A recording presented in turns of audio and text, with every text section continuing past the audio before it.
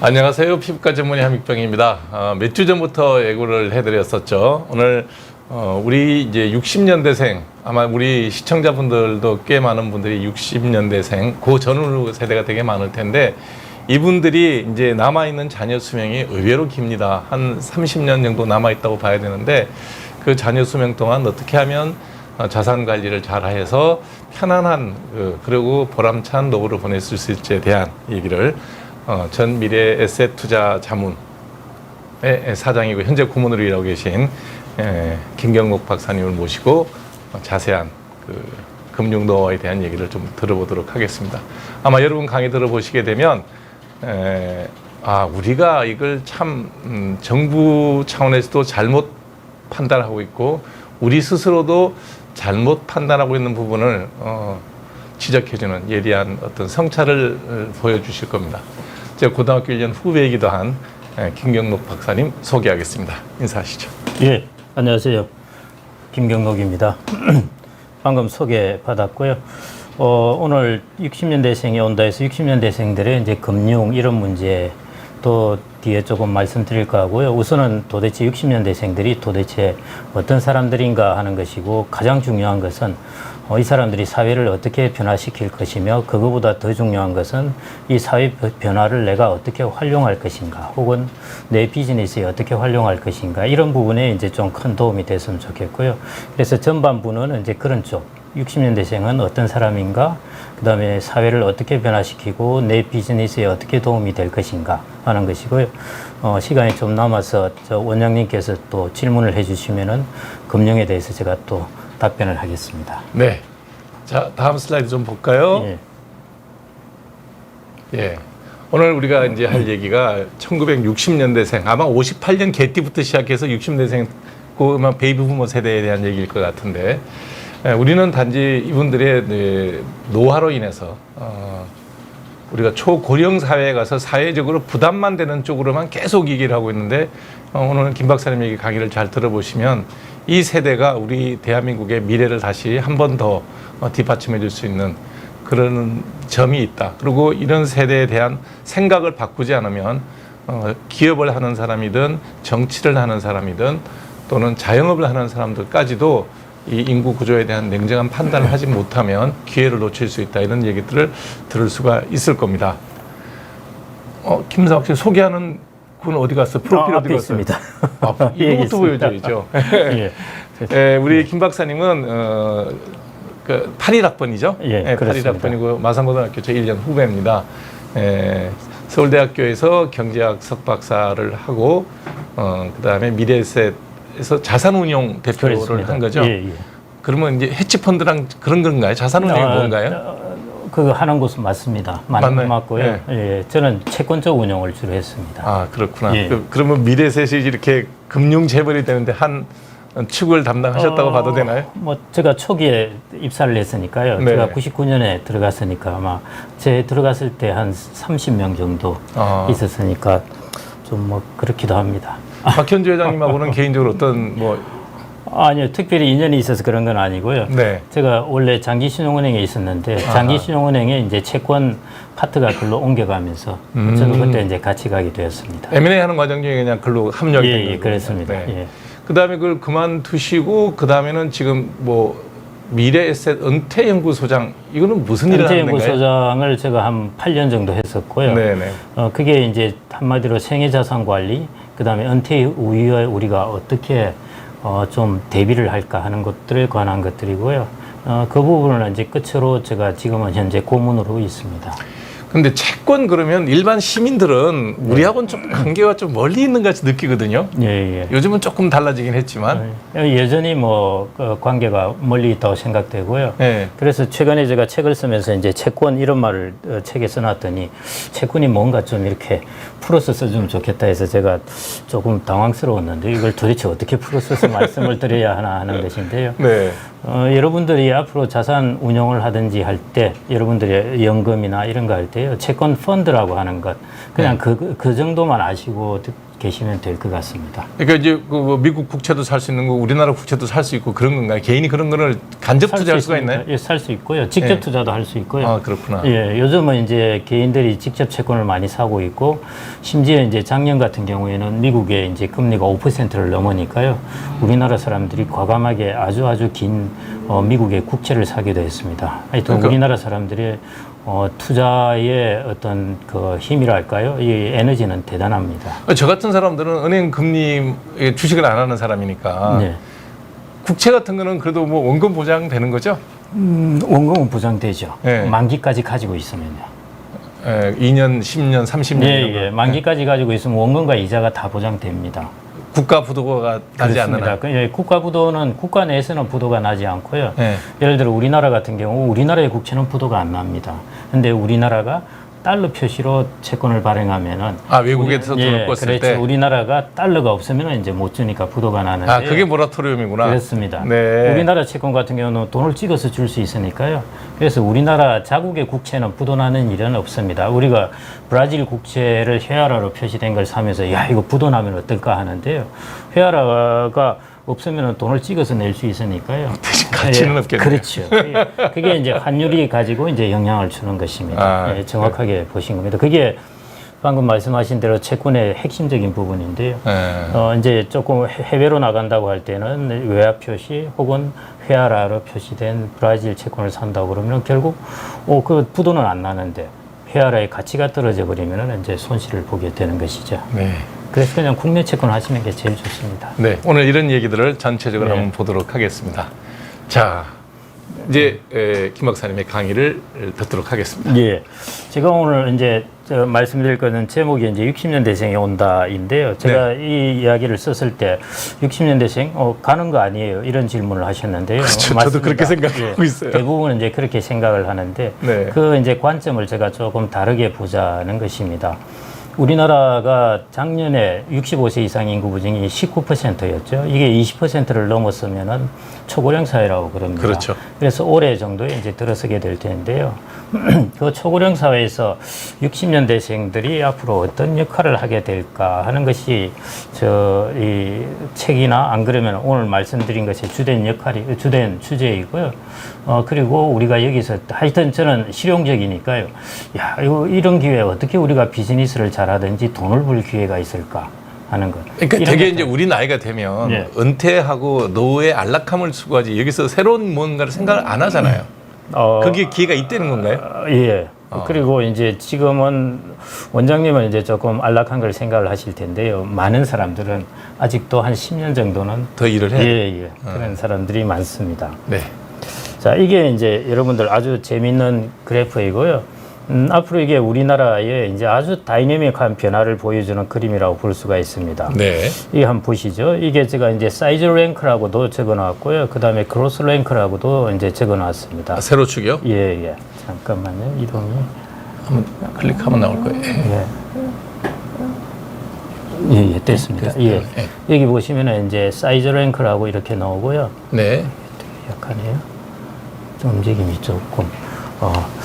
그 다음에 이제 그로스 랭크라고 여러분들 보실 수 있는데요. 이 사이즈 랭크는 이제 뭐냐 하면은, 총 인구에서 65세 이상 인구의 비중을 계산한 다음에, 이제 이게, 순위를 매겨 놓은 것입니다. 네. 그래서 이제 이 랭크가 지금 우리나라 보면은 이제 20개 국가 중에서 18위에 속하거든요. 다른 선진국들 다 보시듯이 우리나라 현재 총 인구에서 65세 이상 인구 비중은 아주 좋다는 것입니다. 선진국에 비해서요.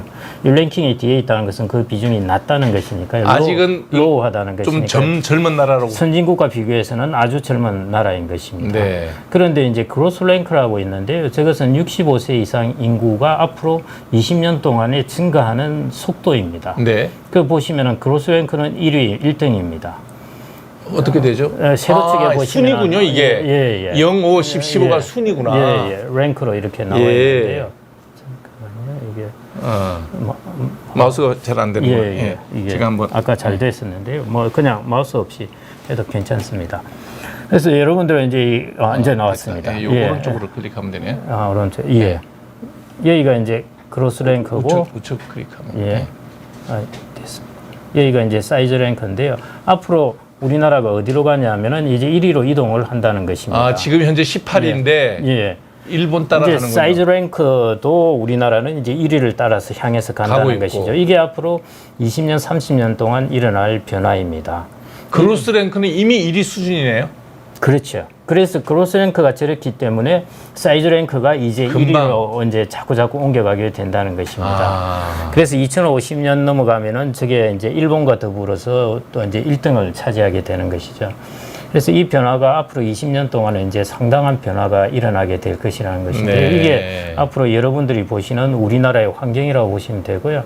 그리고 지금 이제 고령 사회가 많이 진전되었다 하는데 그것은 전혀 아닙니다. 다른 서구 국가나 비교해 볼 때요. 우리나라 인구 구조는 지금까지 아주 좋습니다.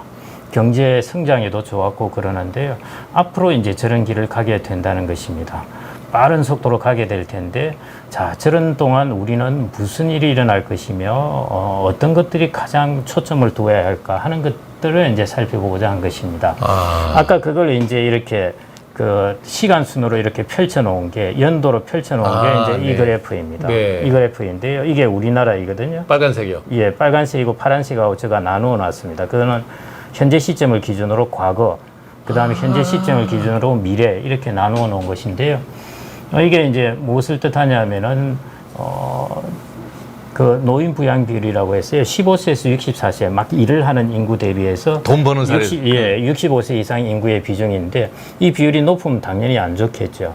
부담이 많죠. 예, 그렇습니다. 그래서 아까 저 속도로 우리가 간다고 했을 때 그것을 연도별로 쭉 펼쳐나 보면은 우리나라가 이런 모습이 된다는 것입니다. 그래서 이걸 여러분들이 보시면은 이제 그 일본보다도 이제 더 그 노인 부양 비율이 높아지게 되는 것이죠. 40년만 지나면 예, 그 속도를 보시면은 그전과 향후 앞으로 펼쳐질 것은 완전히 다른 속도라고 볼 수 있습니다. 그러니까 완전히 다른 세상이 펼쳐진다는 것이죠. 지금 저게 뭐 수학적으로 얘기하면 저게 변곡점이네요. 그렇죠. 2024 년에. 예, 맞습니다. 저 시점 정도로 해서 보시다시피 기울기가 뭔가 급하게 이렇게 그냥 급하게 올라가는데요. 올라가는 걸 볼 수가 있고요. 그래서 그 이전과 그 이유는 완전히 우리가 디멘션이 다르다, 차원이 다르다 이렇게 볼 수 있고요. 여기서 이제 재밌는 것은 여러분들 이제 미국을 한번 보십시오. 미국은 안 올라가더라고요, 저게. 예. 미국을 보면은 인구 구조가 상당히 좋다는 걸 볼 수 예. 있습니다. 그리고 저게 이제 그 이전 데이터인데요. 최근에 이제 미국에 이민들이 많이 늘어나면서 저 구조가 더 탄탄하게 되어가고 있습니다.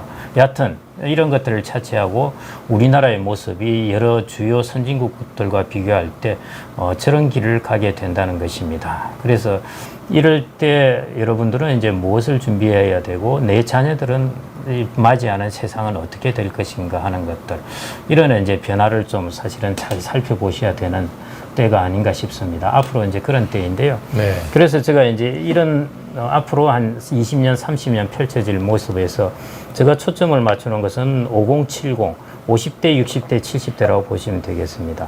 5070에 초점을 좀 맞춰보고 있습니다. 5070은 제가 액티브 시니어라고 이름 붙였는데요. 사실은 50대를 시니어라고 이름 붙이긴 조금 그렇긴 합니다. 요즘에는 그렇죠. 예, 그렇긴 한데요. 전체 이걸 통틀어서 상당히 액티브한다는 그런 데 초점을 좀 두시면 좋을 것 같고요. 근데 액티브 시니어라고 붙여도 되는 게요. 예. 예전에 광고 시청률 조사할 때 2549라 그래서 25세, 49세를 가장 구매력이 좋아서 예. 그 시청대 시청률이 높은데 광고 제일 많이 붙었어요. 그게 이제 변화입니다. 그게 변화구나. 예, 제가 이제 그걸 말씀을 잘 하셨는데요. 그 그래프도 제가 들고 왔습니다. 앞으로 세상이 어떻게 변할까 하는 네. 것이고요. 그리고 5070에서 한번 보십시오. 저 가운데 있는 것이 60년생입니다. 그렇죠, 우리 예, 나이죠. 예. 예. 60년대생이 저 중간 축을 차지한다는 것이죠. 그래서 제가 이제 60년대생들의 이제 초점을 맞춰본 것입니다. 그래서 60년대생들이 그러면 도대체 어떤 사람들인가 하는 정체성에 관해서 좀 말씀드릴까 하고요. 그 다음에 이 사람들에게 펼쳐질 소비시장 중에서 여러분들이 많이 아시는 소비시장도 있을 텐데 그 중에 좀 이제 우리가 좀 특이한 소비시장, 앞으로 새로 펼쳐질 소비시장, AI 시대에 펼쳐질 소비시장, 이런 쪽으로 좀 제가 간략하게 좀 말씀드려볼까 그게 합니다. 젊은 사람이 아니라 50, 60, 70대에 그렇습니다. 예. 벌어진다는 얘기죠. 예, 예. 네. 자, 그래서 이제 5070 한번 보시면요. 이게 이제 여러분들이 이 테이블 하나만 가지고 있어도 앞으로의 세상의 변화를 이제 많이 보실 수 있는데요. 그래서 보시면은 이게 계속 할 때마다 해야 되는구나. 여기 한번 보십시오. 이게 50대, 70대 숫자입니다. 그냥 하겠습니다. 이게 도시 현금표를 했는데요. 자, 50대, 70대의 숫자인데요. 10년 전에 1,300만 명이었죠. 그 다음에 2020년 10년 동안에 무려 500만 명이 증가했습니다. 1,800만 명이 됐고요. 그 다음에 앞으로 10년 동안도 보면은 약 한 300, 한 7, 80만 명 이렇게 증가하게 되는 것이죠. 그 다음에 이 2,200만 명의 숫자가 거의 뭐 2050년까지 지속됩니다. 뭐 대단한 것이죠, 사실은요. 그 다음에 2060년, 2070년에 가서는 인구가 감소하니까 이 숫자도 감소할 수밖에 없습니다. 근데 이제 재밌는 것은 총 인구 대비해서 이 5070의 비중을 한번 보십시오. 2010년에는 불과 27%였어요. 아까 2050, 2040의 소비력이 좋다고 할 때입니다. 그 다음에 2020년 지금쯤이면 36%이고요. 그 다음에 2030년에 가면은 점프를 합니다. 44%고, 이 45% 수준이 언제까지 유지되냐 하면요. 향후 50년이네요. 적어도 인구 예측 데이터가 있는 데까지는 5070이 총 인구에서 절반. 45% 비중을 차지하는 것이 앞으로 50년 동안 지속된다는 것입니다. 이게 여러분들에게 앞으로 얼마나 큰 시장인가 하는 것입니다. 이 시장의 규모도 클 뿐만 아니라 지속성도 있다는 것이죠. 그래서 이 시장을 제가 이전부터도 좀 초점을 맞춰 왔는데요. 이제 비로소 이 시장이 이제 드러나기 시작하고 영향을 주기 시작합니다. 지금 사업 준비하는 사람들은 50, 60, 70을 주요 타겟으로 생각을 하고 사업을 해야 되겠네요. 그렇습니다. 제가 그래서 이제 그 유통회사에 가서 유통회사죠. 거기 가서 이런 이야기도 했는데요. 과거에 지금의 이제 상사들 이런 사람들은 한 10년 있으면은 소비의 흐름을 못 따라갈 거라는 것이죠. 왜냐하면 이 사람들은 2040에게 물건을 팔던 사람이었어요. 그렇죠. 그때 성공한 사람들이고요. 앞으로 10년 정도 지나면은 2040의 소비력도 있겠지만은 그걸 추월하는 것이 이제 5070들입니다. 이 사람들을 알아야 이제 물건을 판다는 것이죠. 그래서 세상에 이제 그렇게 저는 크게 달라질 거라고 보아지고요. 갑자기 제가 10년 더 일해야 될 것 같은 생각이 확 드는데요. 이 보시면 더욱더 그러실 겁니다. 저희 이제 금융시장에서는 뭔가 파워를 발휘하려면은 이런 세 가지가 있어야 됩니다. 모멘텀이라는 것은 그 전에 비해서 증가하는 어떤 크기입니다. 그래서 일종의 가속도라고 그럴 수 있겠죠. 있어야 되고, 그 다음에 규모도 커야 됩니다. 우리가 자동차를 치자면은 아무리 속도가 빠르더라도 우리가 주먹 하나가 부딪히는 거하고 트럭이 부딪히는 거하고 어마어마한 차이가 있으니까요. 그렇죠. 규모도 커야 그 파워가 있는 것이거든요. 그 다음에 지속성입니다. 이 세 가지 부분이 이제 어떤 한 집단을 평가할 때 되게 중요한 부분인데요. 모멘텀만 보십시오. 520만 명, 10년 사이에. 10년 사이에 증가했다가요. 그 다음에 360만 명 또 계속 증가하죠. 그래서 2010년부터 2030년까지 이 5070이 무려 880만 명이 이제 증가했습니다. 모멘텀이 어마어마한 것이죠. 그래서 이 5070이 왜 파워를 그럼 지금 발휘하지 않았느냐? 언제 모멘텀이 발휘되었고 이것들이 이제 규모가 쌓이게 되면 이제 영향을 주게 됩니다. 그래서 규모면에 보신다면 아까 2,200만 명 이 정도 숫자인데요. 전체 인구 대비해서는 거의 43에서 45% 수준을 유지하니까 이 정도 유지하는 집단이 없습니다. 그 다음에 세 번째 이제 지속성인데요. 지금부터 한 50년간 45% 수준이 계속 유지된다는 것이죠. 우리가 어떤 비즈니스를 했을 때 한 5년, 10년 있다가 그 층이 사라진다고 그러면요. 제가 준비하고 시장에 들어갔더니 없어지는 거죠. 그런데 여러분들이 저 층에 해당되는 어떤 여러분들의 비즈니스 모델을 가지고 있다면은 저것은 앞으로 40년, 50년 동안에 유효하다는 것입니다. 인구가 줄어들어도 저 비율은 줄지 않더라고요. 아까 보니까. 그렇습니다. 그리고 저 절대 숫자도 적어도 2050년까지는 유지되니까요. 그렇죠. 지금부터 10년, 20년, 30년 동안도 절대 숫자는 유지됩니다. 근데 이제 잠깐 옆으로 세서 이게 비즈니스적으로만 봐도 충분히 그렇지만 이런 상황에서 지금 60세, 65세 정년제도는 이게 참 문제가 많을 것 같은데요. 정치적으로도. 그것은 이제 또 하나의 이슈이긴 한데요. 우리나라가 정년이 짧죠, 사실은. 너무 짧아요. 보통은 이제 선진국은 65세, 70세 사이인데요. 그런 부분에서 이제 좀 짧습니다. 근데 이제 우리나라의 특유의 이제 좀 제조업 기업이고요. 그 다음에 이제 아시다시피 연금 체계가 이게 연봉이 계속 올라가죠. 그렇죠. 나이 들면 호봉에 호봉제도니까. 예. 그래서 이제 그런 부분 때문에 사실은 이게 정년제를 계속 유지하기가 그러면은 젊은 사람들이 일자리하고 충돌이 됩니다. 되고. 예, 그래서 지금 이제 많은 고민들을 하고 있는 것 같은데요. 아직 이제 마땅한 솔루션은 안 나온 것 같습니다. 고민을 더 많이 해야 되겠네요. 예. 그래서 이 부분 사람들의 일자리에 대해서 또 뒤에 한번 설명을 네. 드리겠습니다. 이게 이제 양적인 부분입니다. 양적인 부분이고요. 그다음에 이 사람들의 이제 질적인 부분입니다. 이 사람들의 숫자가 이제 아무리 많다고 해봐봐요. 이 사람들이 돈을 적게 가지고 있으면 아무 소용이 없습니다. 그렇죠. 그런데 이 50대 5070에 해당되는 사람들을 보시면은 대략 이 사람들이 가진 부를 보면요. 지금 현재 기준으로 보면은 거의 이 5070이 그 전체 가진 자산에서 5070이 가진 자산이 거의 한 55% 정도 차지하고 있습니다. 이게 앞으로 계속 증가하거든요. 미국 같은 경우에 지금 이제 그 베이비 부모들이 20% 인구 20%를 차지한 베이비 부모들이 52%의 자산을 갖고 있다고 그럽니다. 그래서 미국도 이게 되게 중요한 이슈입니다.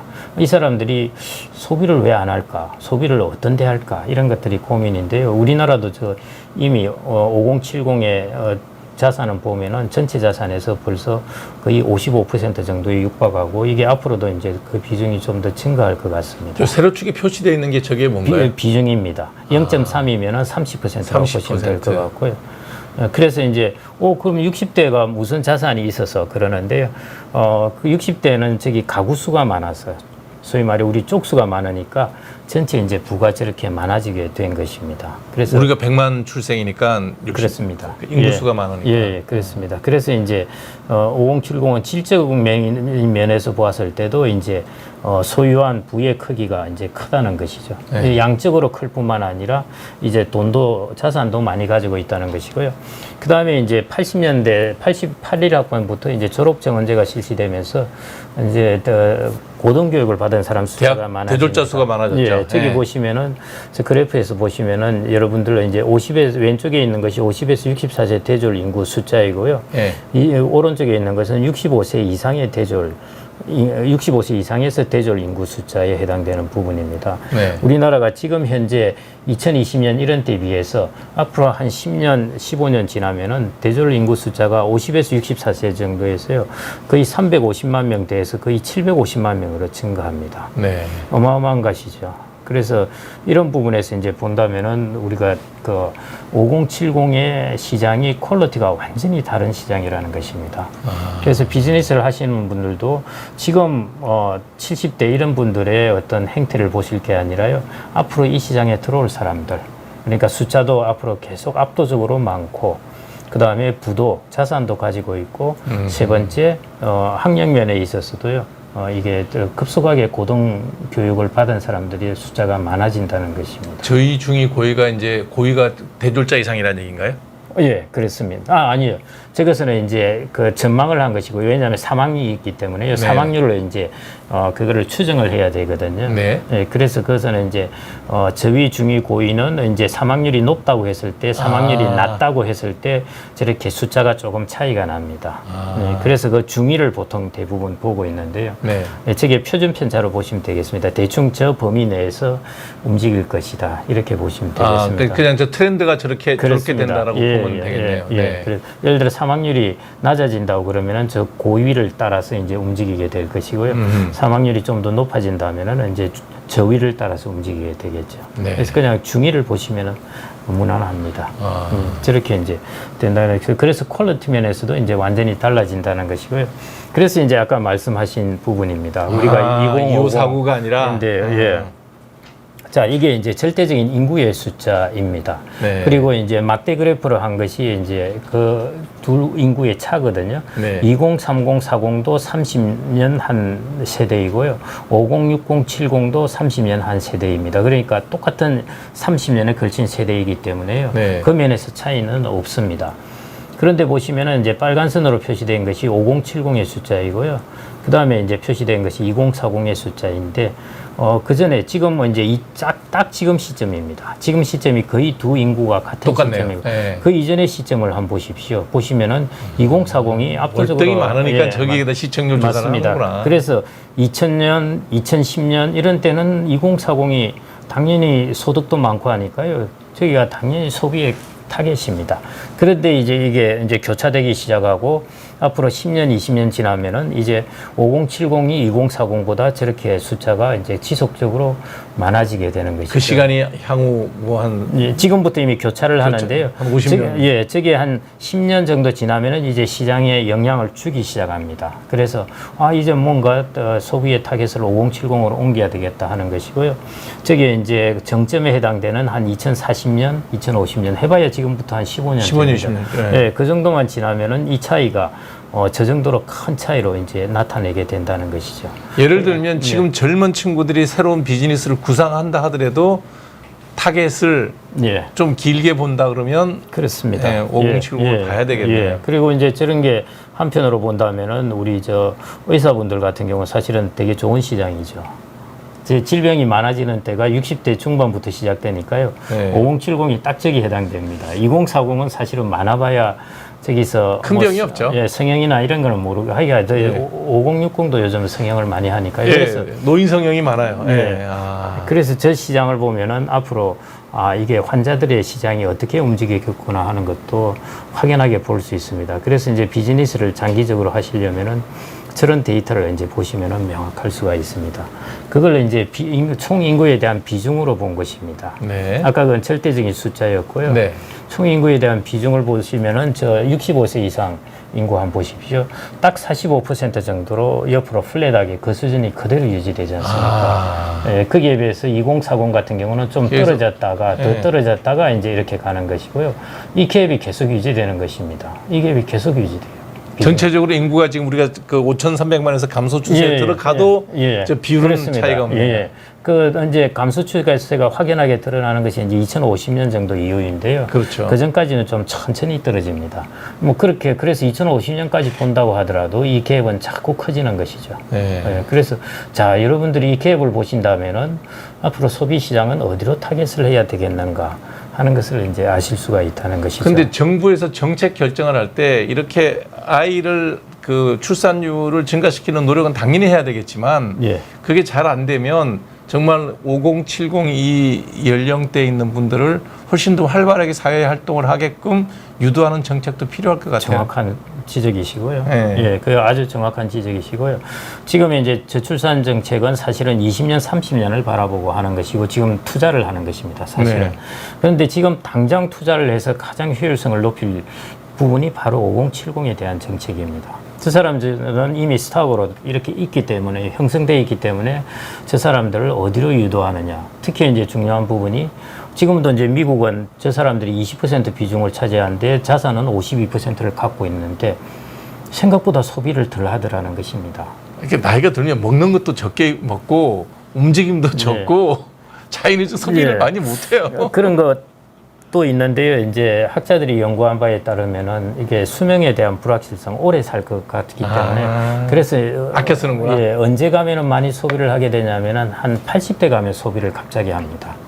이제는 이제 더 안 살아도 된다고 예, 생각하니까. 그래서 호텔의 스윗룸이나 이런 쪽에 고객들이 의외로 80대 분들이 들어오고 하시는 것이 저렇습니다. 그래서 우리는 마찬가지로 이제 저 사람들을 소비를 어떻게 풀게 할 것인가, 저 사람들의 고용을 어떻게 할 것인가 하는 것들이 이제 아주 중요한 이슈죠. 방금 말씀하신 대로 정확합니다.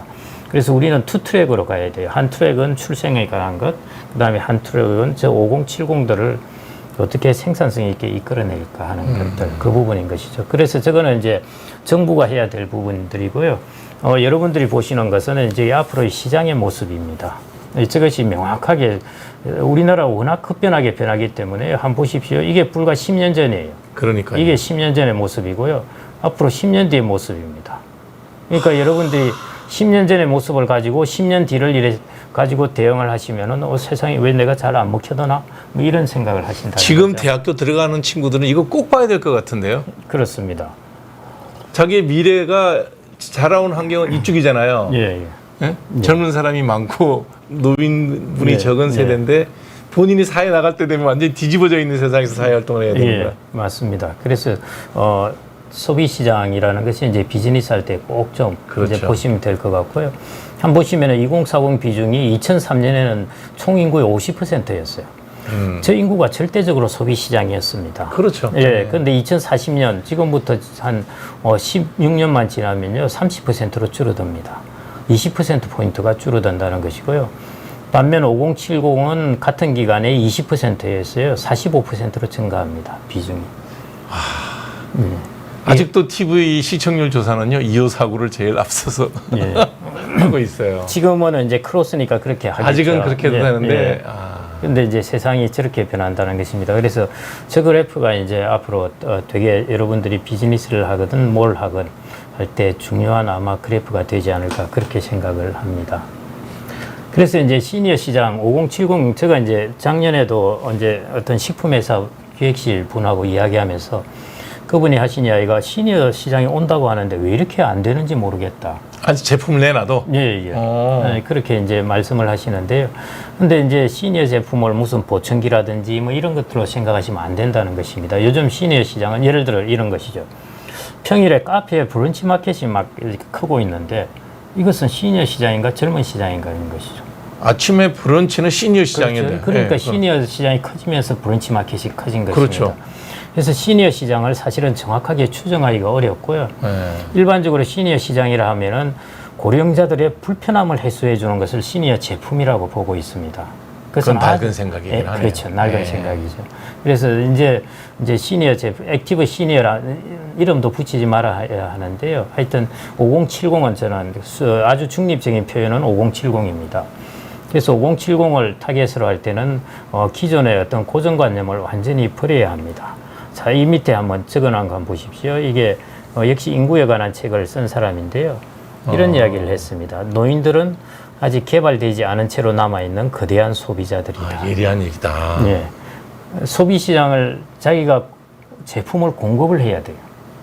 공급을 해서 이 사람들의 소비를 이제 일으켜야 되는데 이제 많은 경우 그러지 못하고 시니어 제품이랑 고정관념에 많이 빠져 있는 것이죠. 그래서 카페 같은 경우가 이제 그런 경우에 사실은 잘 진출을 한 것이죠. 요즘 카페가 많아지는데 저 사람들이 대체 뭘 먹고 저렇게 할까 하는 것인데 그게 이제 비어있는 시간. 여하튼 비즈니스는 공실률이 없어야 되는데 점심때 직장인이 오고 그 전 시간에 5070들이 오게 되고 예. 이런 것들이죠. 그래서 저게 이제 그런 시장들을 찾아내서 공급을 하는 것이죠. 흔히 지금 알고 있던 시니어 제품이라고 하면 이제 뭐 보청기, 그다음에 안경 같은 저 돋보기. 예, 예. 근데 요즘에는 보행 보행 뭐 하는데 예. 요즘에 70에 보청기 끼는 분 거의 없거든요. 없습니다. 예. 건강 관리 잘 하셔갖고. 그리고 요즘은 이제 자동차도 이제 60대가 많이 사거든요. 60대가 노란색 차, 노란색, 보라색 차 산 거 예. 많아요. 예, 맞습니다. 예. 그래서 이게 이제 시니어 시장에 대해서 저는 조금 오해를 하고 있는 것이 시니어 제품이라는 것은 우리가 측정하지 못하는 것도 많이 있다는 것이고요. 그 다음에 두 번째는 아까 보셨듯이 5070이 아직 숫자가 충분히 성숙하지 않았습니다. 아직은. 예. 근데 이제 이 제품이 이 사람들이 쌓여 있으면은 이제 시간이 흐르면은 여기서 이제 소비가 생겨나기 시작합니다. 그래서 앞으로 저 시장은 많이 커질 수밖에 없습니다. 그래서 시니어 시장에 이제 지금까지 기다렸는데 야 이거 없다고 철수하시지 말고요. 이제부터 5070을 타겟으로 한 시장은 생겨나고 있습니다. 한 예로 이제 이런 건데요. 이코노미스트인가 파이낸셜 타임즈에 한 1, 2주 전에 났었는데 미국의 베이비 부모들이 미국의 대학 캠퍼스에 들어가기 시작했습니다. 그 주변에는 그 저기 타운 말씀하시는 건가요? 예, 클래스에 들어가서 공부를 한다는 것이죠. 그 공부를 하는 것도 따로 어떤 클래스를 분리해서 시니어 클래스 이렇게 되어 있는 것이 아니라 학생이랑 같이? 예, 젊은 애들 공부하는데 같이 들어가서 그냥 들으면서 하는 것이죠. 예를 들어 스탠포드 같은 경우에는 골프장도 안에 있잖아요. 예, 캠퍼스 있죠. 안에 그런 것도 이제 활용하는 것이죠. 그래서 그 사람들이 이제 이런 것들이 앞으로 이제 시니어 시장의 미래를 보여주는 것 중에 하나라고 볼 수 있고요. 일본은 이미 한 10년, 15년 전에 그냥 해외여행을 다니다가 이제 액티브 시니어들이 어떻게 변하느냐 하면은 미국의 대학에 가서 한 3개월 정도 그 캠퍼스에서 지냅니다. 기숙사에서. 거기서 지내면서 수업도 듣고 자기가 이제 못 해본 꿈을 이루는 것이죠. 미국 대학교에 합류학을 가봤으면 하는 모태공 등록금은 어떻게 되나요, 거기는? 거기는 내야죠. 시험은 그냥 그런 거는 뭐 처음으로 그냥. 그렇고요. 그래서 이제 우리나라도 사실은 이제 지방에 있는 대학들이 그런 쪽으로 타겟을 하고 있는데 그런 시장이 이제 제가 이제 주변 분들에게 여쭤보면은 캠퍼스에 들어가면 마음이 그렇게 편하다는 것이죠. 젊어지죠 일단 마음이. 예. 그다음에 이제 우리 제 60년대생들 같은 경우는요, 의외로 그때는 아직 대학 졸업자 비중이 안 높았습니다. 평균적으로 한 25% 정도 되었으니까요. 그렇죠. 예, 75% 정도는 이제 아니었다는 것이죠. 이제 그런 분들이 학위를 딴다든지 하는 그런 들의 이제 새로운 시장인 것이죠. 그게 이제 아직 개발되지 않은 채로 남아있는 소비자들이라는 것입니다. 대학교에서 이걸 해야 되겠네요. 예, 그래서 지방대는 이제 그런 부분을 알고 있으니까 움직이고 있는데요. 예. 이제 좋은 대학 같은 경우는 뭐 아직 괜찮으니까 저항이 심하죠.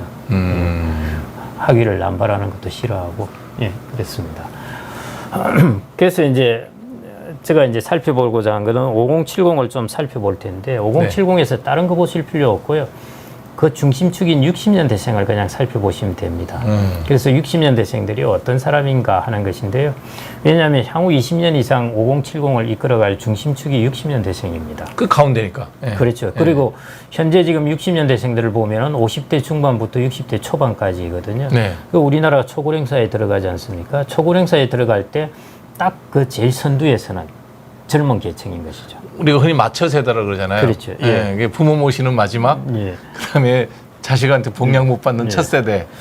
65세 이상의 초고령 사회, 그게 이제 노인에 들어가는데 지금 60년생 같은 경우 우리나라 만으로 63세이지 않습니까? 딱 이 나이부터 10년 동안의 기간이니까요. 초고령 사회의 그 앞에 있는 집단들입니다. 그러니까 앞으로 초고령 사회가 진행되면은 저 집단들이 그 중심축으로 해서 계속 이끌어갈 거라는 것이죠. 그래서 앞으로 초고령 사회 중심축은 이제 60년대생들이 이제 갖게 됩니다. 그 다음에 저게 이제 좀 어려운 말인데요. 에이지 이펙트가 아닌 코호트 이펙트를 보아야 한다는 것인데, 에이지 이펙트라는 것은 지금 50대, 60대, 60년대생들이 20년 지나면은 지금의 80대하고 똑같이 행동을 할 거라는 것이 에이지 이펙트입니다. 그건 절대 아니죠. 그렇죠. 그게 아니라는 것이 코호트 이펙트입니다.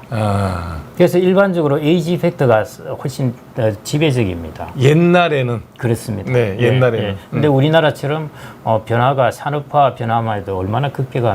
그렇죠. 그럴 경우, 그래서 제가 이제 항상 하는 이야기가 일본에 일어나는 고령자 70대, 80대 제발 보지 마라. 우리 50대들하고 완전히 다르다. 그 다음에 우리나라의 70대, 80대와 50대, 60대도 이렇게 다른데. 그러니까 지금 50이 20년 지나서 70 된다고 해서 그렇죠. 지금 70이 하고 있는 행동하고는 맞습니다. 완전히 정확하게. 다르다는 거죠. 예. 그래서 앞으로의 시장을 보시려면은 지금의 그냥 50대, 60대를 보시면 됩니다. 그대로 나이가 들어서 70이 되니까. 이 부분에 효과가 꽤 크게 영향을 줄 것이기 때문에요.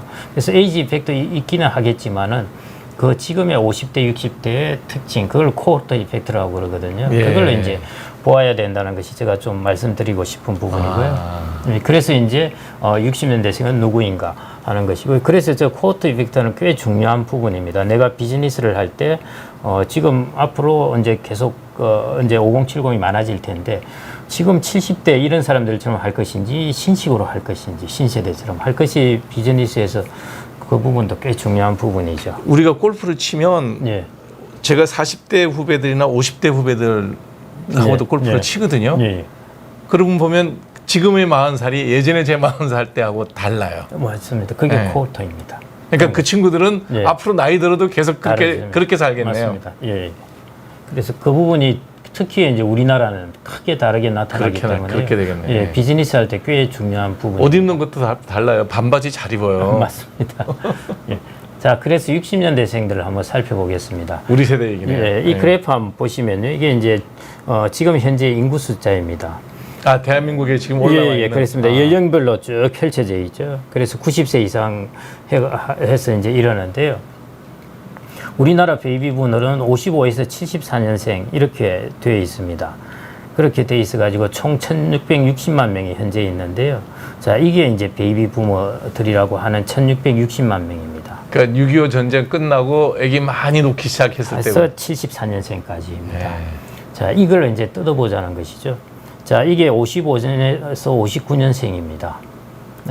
그거 1,370만 명이에요. 그다음에 70년에서 74년생 역시 440만 명인데요. 60년대생들은 이제 그 사이에 끼어서 850만 명입니다. 제가 올해 4월달 기준으로 주민등록 기준으로 보니까 854만 명이었거든요. 대충 60년대생들이 베이비 부모에서 위치가 이렇다고 보시면 되겠습니다. 베이비 부모가 앞뒤로는 5년인데 60년대생만 10년이네. 그렇습니다. 정확한 지적이신데요. 야. 그래서 응집력이 있다는 것이고 저 세대의 파워가 있다는 것인데요. 50년대 후반생하고 70년대 초반생을 합쳐놔도 숫자는 비슷해요. 810만 명이지 않습니까? 한 40만 명 차이인데 저 둘은 완전히 다른 사람들이에요. 그렇죠. 예, 그러니까 응집력이 없습니다. 예. 근데 60년대생들 같은 경우에는 그 10년으로 850만 명이 여기 몰려 있다는 것이죠. 그래서 베이비 부모 5070을 보시더라도 60년대생들의 좀 중요한 앞으로의 역할을 할 것이라는 것입니다. 그래서 이 그래프에서 그걸 보실 수 있고요. 여러분들 이 그래프가 앞으로 많은 것을 이제 보여줍니다. 현재 베이비 부모들이 이제 이렇게 움직이고 있고요. 이 숫자가 이제 툭툭툭툭 좀 떨어지는데 이제 크게는 안 떨어지는데 이때 가면은 이제 크게 떨어지는 예. 점프하듯이 툭 떨어집니다. 그다음에 또 20년이 있으면 더 툭 떨어지게 되고요. 그래서 여러분들은 이제 인구 문제로 우리나라가 어떻게 될까 하는 부분에 대해서요. 앞으로 10년은 크게 걱정하실 필요 없어요, 사실은. 우리나라 이 뒤에 이 사람들이 나간다고 생각을 하더라도, 이 사람들이 이렇게 나간다고 생각하더라도 이 뒤에 받치고 있는 층이 있습니다. 70년대생 초반 보십시오. 그때도 100만 명 태어나고 매년 100만 명 예, 90만 명 이상 태어나고 그랬고요. 이 층들이 또 여전히 또 이제 50대로 들어오고 있고 60대로 들어오기 때문에 그렇게 크게 걱정할 필요 없어요. 우리나라에 대해서. 그래서 10년 동안은 크게 걱정하실 필요 없고요. 우리나라는 제가 보기 2040년이 변곡점입니다. 그러니까 지금부터 준비를 잘해서 2040년을 맞습니다. 맞이하면 지금 저출산 요 문제는 지나가는 그냥 그렇습니다. 현상으로만 넘어갈 수도 있다는 얘기네요. 맞습니다. 그리고 이제 우리나라 고령화 때문에 뭐 금방 우리나라 경제가 내년에 큰일 날 것 같고 그런 생각을 하는데요. 그렇지가 않다는 것입니다. 10년은 여유기간이 있다. 그게 인구에 대한 오해이고요. 우리나라 인구의 독특한 특징입니다. 저 베이비 부모가 저렇게 두텁게 있다는 게. 그렇습니다. 그다음에 이제 두 번째가 60년대생들이 다른 세대 간 경쟁에 있었어요. 이겼습니다. 모두. 그래서 소위 말해 지배 세대로 이제 자리 잡게 되었는데요. 그 이유가 이제 여러 가지가 있는데 그 중에서 가장 중요한 것은 60년대생들이 이제 성장할 때 우리나라가 가장 고도 성장을 했습니다. 그렇죠. 80년대 중반부터 이제 취업을 하기 시작했는데 우리나라 86년에 3저 호황이 들어가게 되거든요. 그래서 단군 이래 최대 호황이라고 했던 것입니다. 그렇죠. 그때부터 한 10년 동안 호황이 이어지는데 그때 이제 60년대생들이 다 취업을 하는 시기였습니다. 그래서 아주 좋은 시기에 들어갔기 때문에 그전 50년대생들은 실업률도 높았어요. 그런데 그렇죠. 그때는 뭐 아무 직장이라든지 뽑아만 좀 갔죠. 60년대생들은 그랬는데 50년대생, 40년대, 50년대생들은 우리나라가 마땅한 산업이나 기업이 없어가 어려웠습니다. 근데 60년대생들부터 이제 팽창을 하기 시작한 것이죠. 그래서 이제 부를 누리게 되었고 거기에다가 이제 IMF 외환위기 때는 50년대생들이 위에 부장하다가 잘려버렸어요. 맞아요. 그 다음에는 이제 새로 들어온 신입사원은 뽑지를 안 했어요. 안 뽑았어요. 그게 70년대생이에요.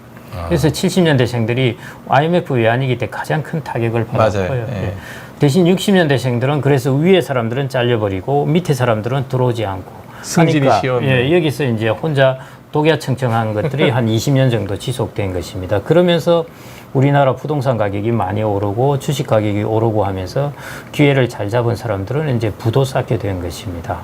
그게 이제 60년대생들이 40년, 50년대생, 뭐 70년대생들과 달리 특이하게 저기 1인당 GDP거든요. 1인당 GDP 규모가 다른 출생연도에 비해서 저렇게 높은 수준을 유지할 수 있었습니다. 초록색은 좀 뭐예요? 저게 이제 그 갭을 제가 그려놓은 것인데요. 저게 이제 전체 면적이 커야 되거든요. 근데 70년대생들 같은 경우에는 지네들이 IMF 외환위기 때 그때 한번 이렇게 충격을 받게 됩니다. 그렇게 돼서 소득이 뚝뚝 떨어지는데요. 그래서 그래도 70년대생은 살아남은 사람들은 괜찮았어요. 그렇죠. 소득이 높았으니까. 근데 저때 살아나지 못한 사람들이 대부분 비정규직으로 가서 어렵게 되었고요. 60년대생들은 거기에 비해서는 좀 훨씬 해피한 경우라고 보시면 되겠습니다. 이게 정치적인 어떤 지지 성향도 많이 드러나네요. 그리고 지금도 여전히 이제 조금 물러났는데요. 대기업의 임원들, 그다음에 정치인들 이런 부분에 있어서 그다음에 교수들 뭐 이런 전반 부분에서 60년대생들이 상당히 지배 세대를 차지하고 있었습니다. 네. 그래서 세대 간 경쟁에서 이제 아까 방금 말씀드린 저런 이유입니다.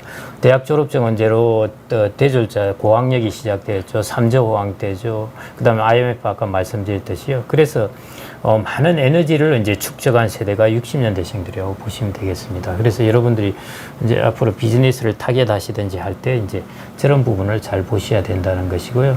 그런데 이제 조금 차이점이 있습니다. 이게 우리나라가 딱 우리나라의 경제 모든 분기점들이 어디서부터 이제 시작되냐 하면은 IMF 외환위기 때부터 시작됩니다. 이게 1997년 이때가 이제 IMF 외환위기 때 정도인데요. 잠깐만요. 형광펜이 그냥 없이 하겠습니다. 네. 눌렀는데도 됐네요. 이게 이제 1997년 정도이잖아요. 이때 보시면은 이게 10%의 소득 집중도를 비교한 것입니다. 확 올라가는구나. 예, 이게 우리나라입니다. 이게 우리나라. 점점으로 사각형 점으로 표시한 거죠, 회사? 아니요, 여기서 이렇게 올라가는 거. 이 부분입니다. 여기서 소득 집중도가 낮다가 갑작스럽게 점프를 하게 되는 거. 네. 이게 우리나라입니다. 이 코리아. 네. 그러니까 점점은 이제 프랑스이고요. 프랑스는 크게 소득 집중도가 악화가 안 됐는데 우리나라는 외환위기 전과 외환위기 이후를 중심으로 소득 집중도가 크게 악화되었습니다. 그러니까 부익부 빈익빈이라는 얘기 이때 나오는 거구나. 그때 이제 60년대생들 중에서도 이제 세대 내에서 양극화가 일어납니다. 네. 그래서 아주 부유한 이제 60년대생들이 있고요. 그다음에 아주 어려운 60년대생 이런 식으로 이제 나눠지게 됩니다. 그래서 60년대생들이 모두 괜찮은 것은 아니고요. 그 중에 양극화되었다는 것 그렇게 보시면 되겠습니다. 네. 그게 이제 좀 특징이라고 보시면 될 것 같고요. 그 다음에 그래서 이제 60년대생들을 제가 조금 표현을 하자면은 이제 응축된 에너지를 가지고 초고령 사회를 주도한다는 것입니다. 그게 앞으로 이제 제가 이제 저 보시면은 60년대생들이 처음 태어날 때 1960년에 원장님이 태어나시기 1년 전에 우리나라의 1인당 명목 GDP가 79달러였는데요. 지금은 이제 32,000달러에서 은퇴를 합니다. 저는 이걸 가끔 화장실에다 비유를 하는데 호박잎으로 볼일 보고 뒷정리를 하다가 비대로 정리를 한 게 한 몸으로 다 겪은. 맞습니다. 그게 세계에서 없는 그런 유례 없는 경우입니다. 한 세대가 자기 삶 전체에서 후진국과 중진국과 선진국을 다 경험한 세대는 우리 세대. 그렇습니다. 그러니까 기억하는 것만 해도 명확하게 화장실 달라진 것만 갖고도 얘기할 수 되게 있으니까. 독특한 시대라고 할 수 있습니다. 그래서 그다음에 이제 에너지를 응축도 해놓았고요. 그래서 앞으로 초고령 사회를 이 5070 중에서도 이제 60년대생들이 주도하지 않을까 하고요. 그러면 이제 5070의 이제 소비 시장에 관련된 문제입니다. 이제 인구가 우리가 고령 사회가 되고 하면서 축소 사회라는 이야기를 많이 하는데요. 이제 고령 사회를 보는 관점을 제가 간단히 좀 말씀드리겠습니다. MIT의 이제 에이지랩의 연구소장이 이런 이야기를 했는데요. 아까하고 비슷합니다. 노인들을 여가 생활만 찾고 보청기와 이동 보조기구 같은 제품만 필요로 하는 존재로 보고 있는데 이런 관점은 완전히 잘못된 판단이라는 것이죠. 이 이야기가 이제 몇 년 전에 이야기했는데요. 최근에 AI 때문에 이런 이야기가 훨씬 실현성이 있게 됐습니다. 그래서 우리는 대부분 저 왼쪽의 그림으로 이제 고령 사회를 봅니다. 노인 그럼 왼쪽을 그렇습니다. 떠올리죠. 앞으로는 오른쪽의 노인을 보게 되겠네요. 그래서 비즈니스나 이런 것도 앞으로 저런 쪽에 이제 타겟으로 들어가야 된다는 것입니다. 그러니까 지금 40대는 젊은 사람으로 저러고 있다가 그 사람이 60이 돼도 여전히 그렇습니다. 나이 든 모습으로 저러고 맞습니다. 있다는 거 아니에요? 그래서 이제 예를 들어 이런 것이죠. 그 네이버에서 클로바 콜이라는 것인데요. AI를 활용해 가지고 이제 고령자들에게 전화를 다 겁니다. 그래서 이제 여러 가지 물어보는 것이죠. 이제 감기 걸렸다 하면은 또 전화해서 나으셨냐. 계속 그 질문을 가지고 이어갈 수가 있습니다. 그래서 네이버에서 저런 걸 동시에 이제 900통화 또 500통화 한꺼번에 할 수 있으니까요. 저 AI가 한다고요? 얼마나 이제 저게 목소리겠습니까? 목소리는 사람 목소리일 거 아니에요? 요즘은 이제 거의 사람 목소리하고 거의 같아졌고요. 제가 이제 실제 한번 들어보시면은 여성이 이제 주로 목소리로 하는데요. 그 대답한 사람이 진짜 사람에게 대답하듯이 합니다. 그래서 정말 어떻게 보면 조금 우습기도 하고 기이하기도 하고 AI가 막 대화를 하는데 진짜 사람에게 대화하듯이 하는 것이죠. 그러니까 열이 좀 나요. 그러면 그게 맞는 대답을 한다는 거 아니에요? 예, 그렇게 하고 진짜 사람하고 대화하듯이 합니다. 이게 이제 네이버가 저걸 하는 이유 중에 하나가 저 데이터를 가지고 치매를 조기에 좀 진단해 볼 수 없을까 하고 그것만 되더라도 꽤 조기 진단만 하더라도 그렇죠. 꽤 큰 역할이니까요. 이런 것들이 이제 펼쳐진 세상이라는 것이고요. 덴마크 오덴세 같은 경우 조선소를 했다가 다 이제 2009년에 폐쇄됐는데 이걸 어떻게 바꿨냐 하면은 이제 조선소는 로봇을 많이 쓰니까요. 그렇죠. 로봇을 쓰면서 헬스케어에 로봇을 투자하기 시작했습니다. 그래서 그 시를 완전히 적게 바꾸어 버렸죠. 그러면 조선소가 전부 다 그러면 저기 조선소는 다 이제 없어지고 철수를 해버렸고요. 로봇하고 예. 요양원, 예, 병원 그 로봇 노하우를 가지고 예. 이제 헬스케어에 관련된 로봇을 만들고 제품을 만들고 그런다는 것입니다. 그걸 해서 다른 병원이나 요양원의 제품을 판다는 것이죠. 이게 이제 세상이 변화하고 있는 모습이고요. 그래서 앞으로 이제 세상의 변화의 모습이 인구 고령화라는 것하고 그다음에 AI라는 하이테크 이 두 개가 묘하게 만난다는 것입니다. 이전에는 이게 만난다는 것은 말이 안 됐죠. 다 이제 보행 보조기고 이런 걸 하는 것이 고령사였는데요. 이제는 하이테크하고 만난다는 것입니다. AI하고 만난다는 것이고요. 그래서 그런 쪽에 이제 시장이 만들어진다는 것입니다. 이건 제가 이전에 만들어냈던 말인데요. 그런데 2018년에 유로피안 커미션, 유럽위원회에서도 이런 이야기를 했습니다. 정확하게 데모그래픽과 기술이 만나는 곳, 거기에서 새 산업이 생성될 것이다 해놓았습니다. 2018년에 이미 저 이야기를 해놓았습니다. 그러니까 인구 구조의 변화와 데모그래피라는 게 그런 뜻이죠? 예, 그렇습니다. 하고 하이테크 기술이 만나면 그곳에 거기에서 이제 지금까지 없던 새로운 산업들이 이제 생겨난다는 것이죠. 그게 이제 앞으로 여러분들이 세상을 보시는 하나의 트렌드 중에 하나입니다. 그런 섹터들이 생겨난다는 것이고요. 이제 예를 들면은 이제 이런 것이죠. 이런 것들이 이제 다 앞으로 펼쳐질 세상의 모습입니다. 이런 것이 이제 요양 로봇 뭐 이런 것들인데요. 뭐 이거는 이제 잘 아시다시피 이제 바이오테크에 관련된 것이고요. 예. 이것은 뭐 제가 그 바이오 쪽에 교수님한테 벌써 한 4, 5년 전에 들은 이야기인데요. 그때 이미 바이오에 관련된 것은 이미 이제 이걸 어디에 실천하고 적용하느냐 윤리의 문제이지. 그렇죠. 예, 웬만한 것은 이제 다 이제 나왔다는 것이고요. 그래서 이 부분이 이제 앞으로 오늘도 제 친구 한 명이 이게 무릎에 DNA 주사 맞고 나왔다 그러던데 네.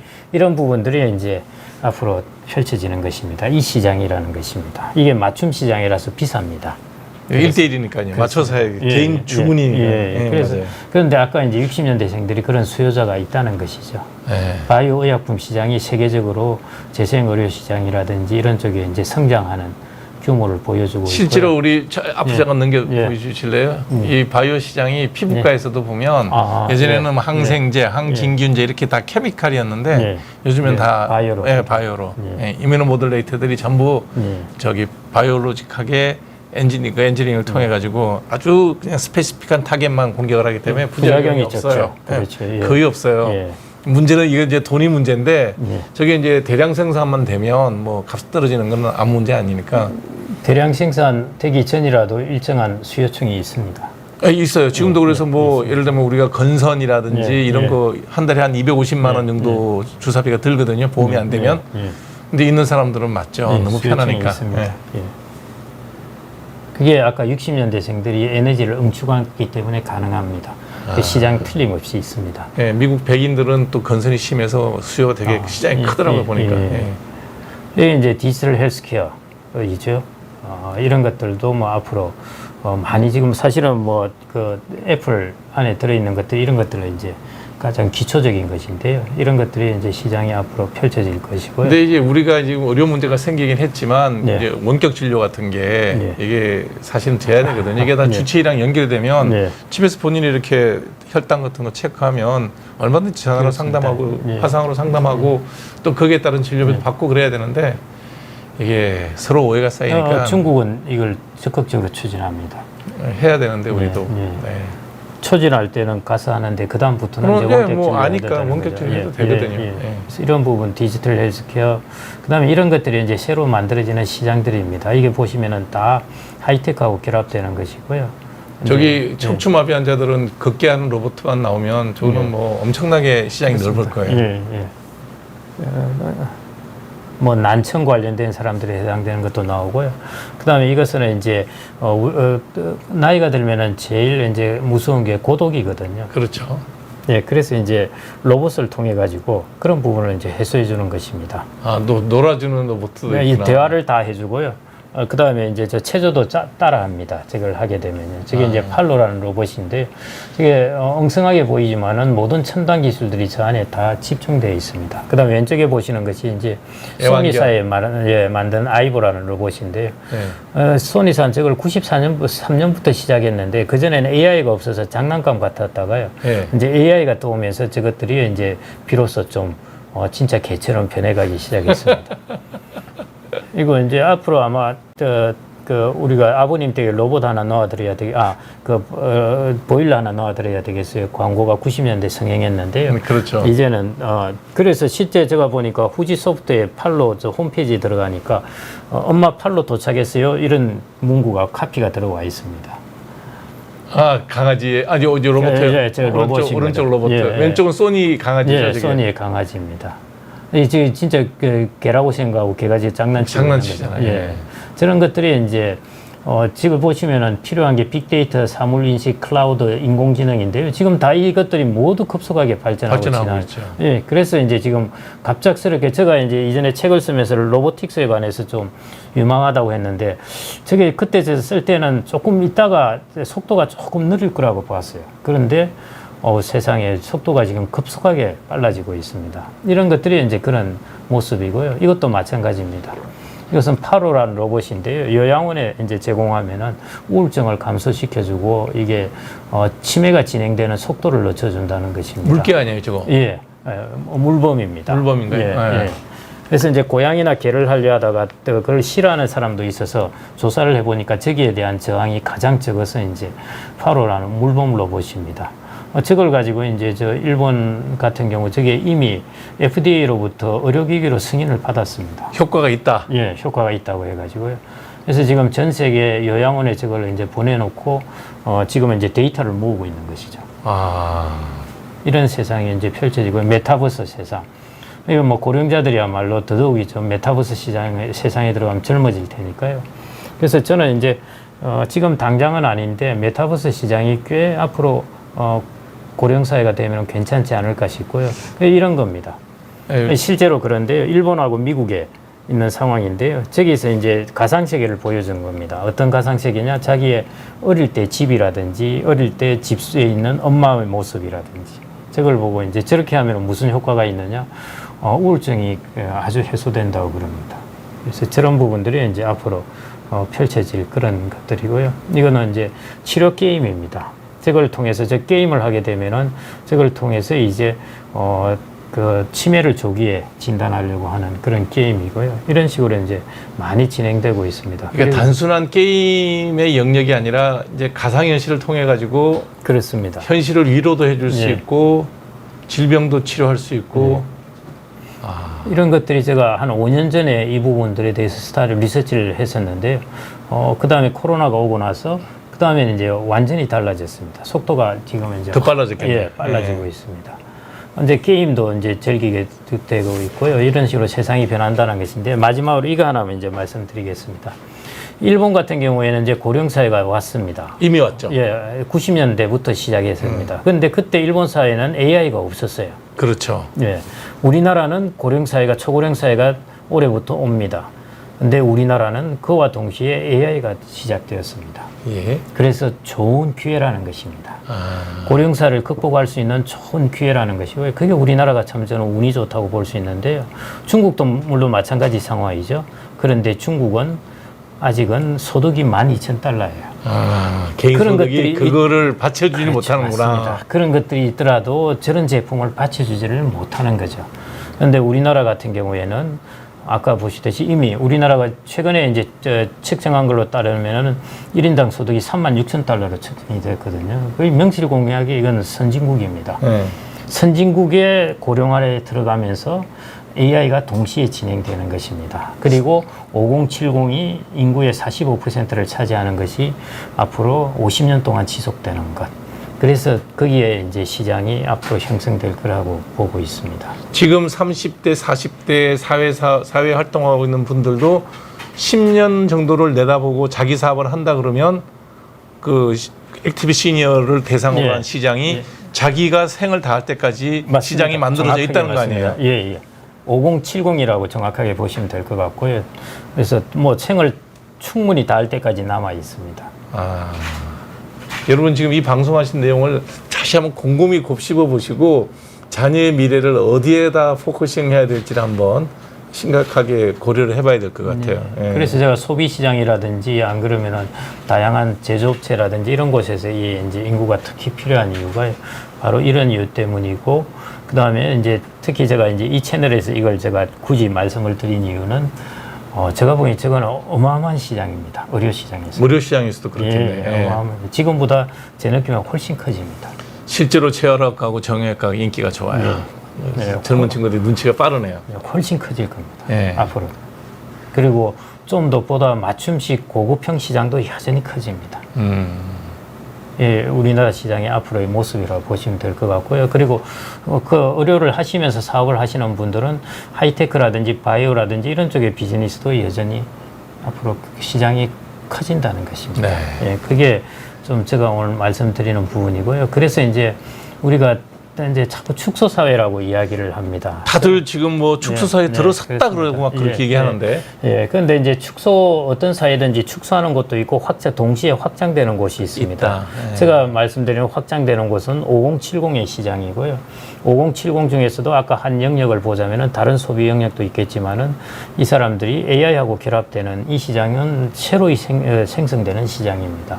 그래서 그런 시장의 측면에서 볼 때는 이제 확장 사회라는 것이죠. 그래서 그 시각으로 여러분들이 비즈니스를 좀 보시면 좋을 것 같고요. 지금의 6070의 모습은 볼 필요도 없다. 그렇습니다. 10년, 20년 뒤를 준비하는 사람들이면 60은 조금 보시셔도 60이라서 60은 조금 보셔도 괜찮은데 지금 60, 70, 80을 보시면 708, 지금 70대, 80대의 80대는 삶을 그렇습니다. 보고 미래를 그 맞습니다. 70대를 볼 필요가 없다는 거네요. 예, 숫자도 별로 많지 않고 그다음에 소득도 그렇게 많지 않습니다. 거기에 비해서 지금 50대, 60대는 앞으로 가서 60대, 70대가 될 거고요. 그다음 40대들도 30년 있으면 70대로 접어듭니다. 근데 그 사람은 지금 30대 삶을 그대로 가져온다는 거 그렇죠. 아니에요? 예. 그래서 그 5070의 시장이 앞으로 2070년까지 50년. 우리나라 인구에서 45%를 차지하는 소위 말해 메인스트림 시장이 된다는 것입니다. 그래서 그 시장을 여러분들이 좀 타겟을 하시고 여러분들의 비즈니스의 목표를 갖고 계시면 어떨까 싶어가지고요. 그래서 저희 이 채널의 특성상 가장 말씀드려야 될 것 같아서 아닙니다. 한번 들고 나와봤습니다.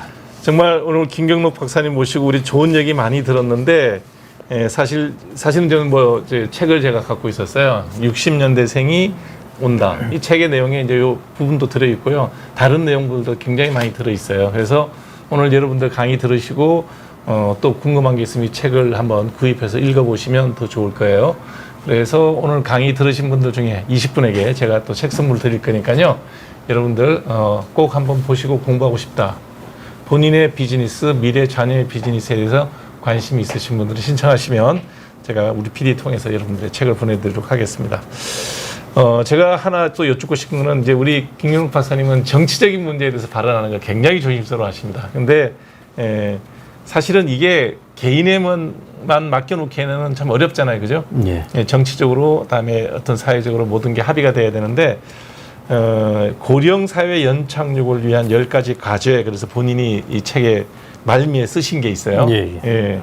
요거에 대해서 간단하게 한번 얘기하면서 마지막 10번 대목만 한번 얘기 좀 해보면 어떨까. 10번 대목요. 207페이지에 있는 데입니다. 예, 예. 10가지 과제라고 해놨고요. 네. 예. 이 중에서 다 말씀드리긴 힘들고요. 핵심적인 부분만 좀 말씀드릴 거 하고요.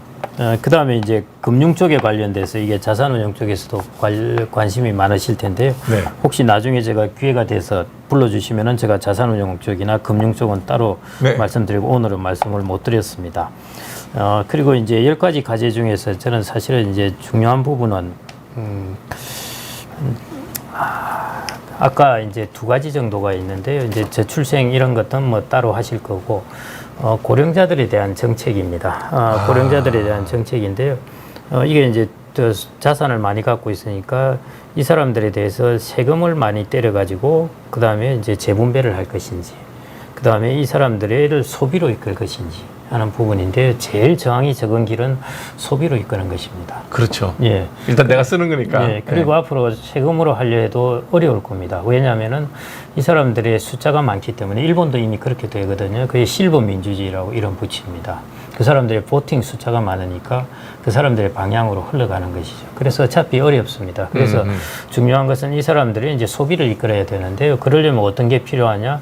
예를 들어 우리나라 그 암에 걸리신 분들은 저 미국 텍사스에 가고 그러시잖아요. 암 치료를 하러. 암치 MD 앤더슨이라고 유명한 데가 있죠. 뭐 10배 뭐 넘어. 10배, 100배가 넘어요. 그러니까요. 저는 이제 그런 부분이 우리나라가 규제 완화가 돼가지고 예, 다른 나라에서도 우리나라를 찾아서 오게 이런 것들이 이제 좀 그런 것들이 이제 규제 완화 영역입니다. 그래서 앞으로 이제 시장의 상당 부분은 우리가 막혀있던 규제를 이제 완화한 부분이에요. 근데 우리는 들어와도 어떻게든지 우리나라 의료보험을 자기들이 만들어서 들어와요. 별로 도움이 안 되고 우리 국민연금 우리 의료보험 충만네요. 그렇죠. 그렇기 때문에 이제 그 민영 네, 민영화된 의료 영역이 있어야 된다. 있으면은 거기는 이제 건강보험 적용 안 되고 이제 바로 받잖아요. 그런 영역을 이제 원래는 이제 제주도에 파일럿을 하려고 했는데 못했죠. 이제 취소됐지 않습니까? 그게 취소해 못했어요. 예, 네. 그게 하나 파일럿이라도 해보는 게 되게 중요한 부분이고요. 맞아요. 예. 그리고 그 요양원이라든지 이런 것들이 그냥 규제가 완화되고 해서 완전히 자유롭게 해서 아주 고급스러운 것도 있고 이런 완전히 바뀌어야 됩니다. 그래서 그러니까 나이 든 자산가들이나 이런 사람들 5070에서 액티브하게 돈을 쓰게끔 맞습니다. 만들어야 된다. 예, 그렇습니다. 예, 그게 첫 번째 이제 제가 그 부분이 이제 저는 제일 중요한 부분이고요. 그 다음에 뭐 세금이나 이런 부분에 대해서는 조금 이제 사실은 민감한 부분이니까 있어도 정확하지 않으니까 그렇고요. 그보다 이제 더 중요한 것이 사실은 연금에 대한 부분입니다. 국민연금이요. 예, 연금 부분인데 이 연금 개혁 이게 이제 결국 우리나라의 지속 가능한 사회 앞으로 고령 사회가 접어들면은 제일 중요한 이슈가 지속 가능한 사회입니다. 그쵸. 예, 그 지속 가능한 사회에 이제 가장 부작용으로 불거져 나오는 것이 연금 부분이거든요. 그래서 연금 개혁을 여하튼간에 해야 된다는 것. 연금 개혁은 또 빠르면 빠를수록 좋다는 것. 좀 더 내고 덜 받아야 되지 않을까요? 예, 물론 그렇습니다. 당연히 이제 우리가 지금 이제 아시다시피 9% 내는데요. 네. 오히 서구 국가들 평균은 대략 한 18% 정도. 네, 15, 18%. 예, 그 정도 내거든요.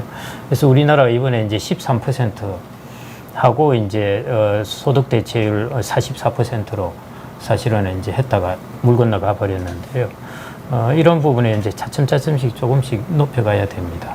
그래서 그런 부분에 연금 개혁이 하여튼 이루어져야 된다는 것이 저는 제일 중요한 부분입니다. 좀 더 오래 내야 되지 않을까요? 연금 개시 연령도 좀 늦춰야 되지 않을까요? 그런 것도 지금 이제 논의가 되고 있는데요. 아직은 정년 때문에요. 예를 들어 정년 연기 같이 가는구나. 맞습니다. 일본 같은 경우에는 사실은 연금을 받는 것보다 정년이 더 기릅니다. 연금은 65세부터 받을 수 있는데 정년은 70세입니다. 네. 그런데 우리는 이게 국민연금을 받는 것은 65세 정도이거든요. 앞으로. 예, 퇴직은 60세, 63세 뭐 이러니까. 예. 근데 이걸 퇴직을 60세 했는데 2년, 3년 더 내라 그러면은 이제 큰일 나죠, 그것도. 그것도 문제죠. 예. 그래서 이제 그 부분은 같이 가야 되는 부분이고요. 이거를 토탈리 엮어서 가야 되는데 다들 정치권에서 나오는 얘기 보면 이것 따로 저것 따로 이렇게 중구난방이라서 잘 합의가 안 되는 것 같아요. 이번에 이제 연금 개혁을 여당 측에서 미룬 이유 중에 하나도 이제 지금 같은 경우 모수 개혁입니다. 보험료율을 올리고 소득 대체율을 변화시키고 그 다음에 연금을 매세에 수령하고 하는 것들이 다 모수 개혁이거든요. 방금 말씀하신 것처럼 매세까지 납입하고 하는 것들이 모두 모수 개혁입니다. 근데 이제 이번에 여당에서 반대한 이유는 하여튼 모수개혁으로 해봐야 우리 연금 고갈 기간을 한 7년, 8년 늦출 따릅니다. 조금 늦출 뿐이죠. 이 정도 가지고 뭐냐? 우리 구조개혁을 같이 해야 된다. 네. 것입니다. 구조개혁이라는 것은 지금 기초연금하고 국민연금을 어떻게 통합하느냐. 네. 그다음에 국민연금에 있는 기능을 우리가 완전 적립형하고 그다음에 기초연금 형태로 어떻게 분리하느냐. 네. 이런 것들이 그다음에 공무원연금과 국민연금을 합치느냐. 뭐 이런 것들이 구조개혁이거든요. 그런데 사실은 구조개혁을 한다는 건 되게 어렵습니다.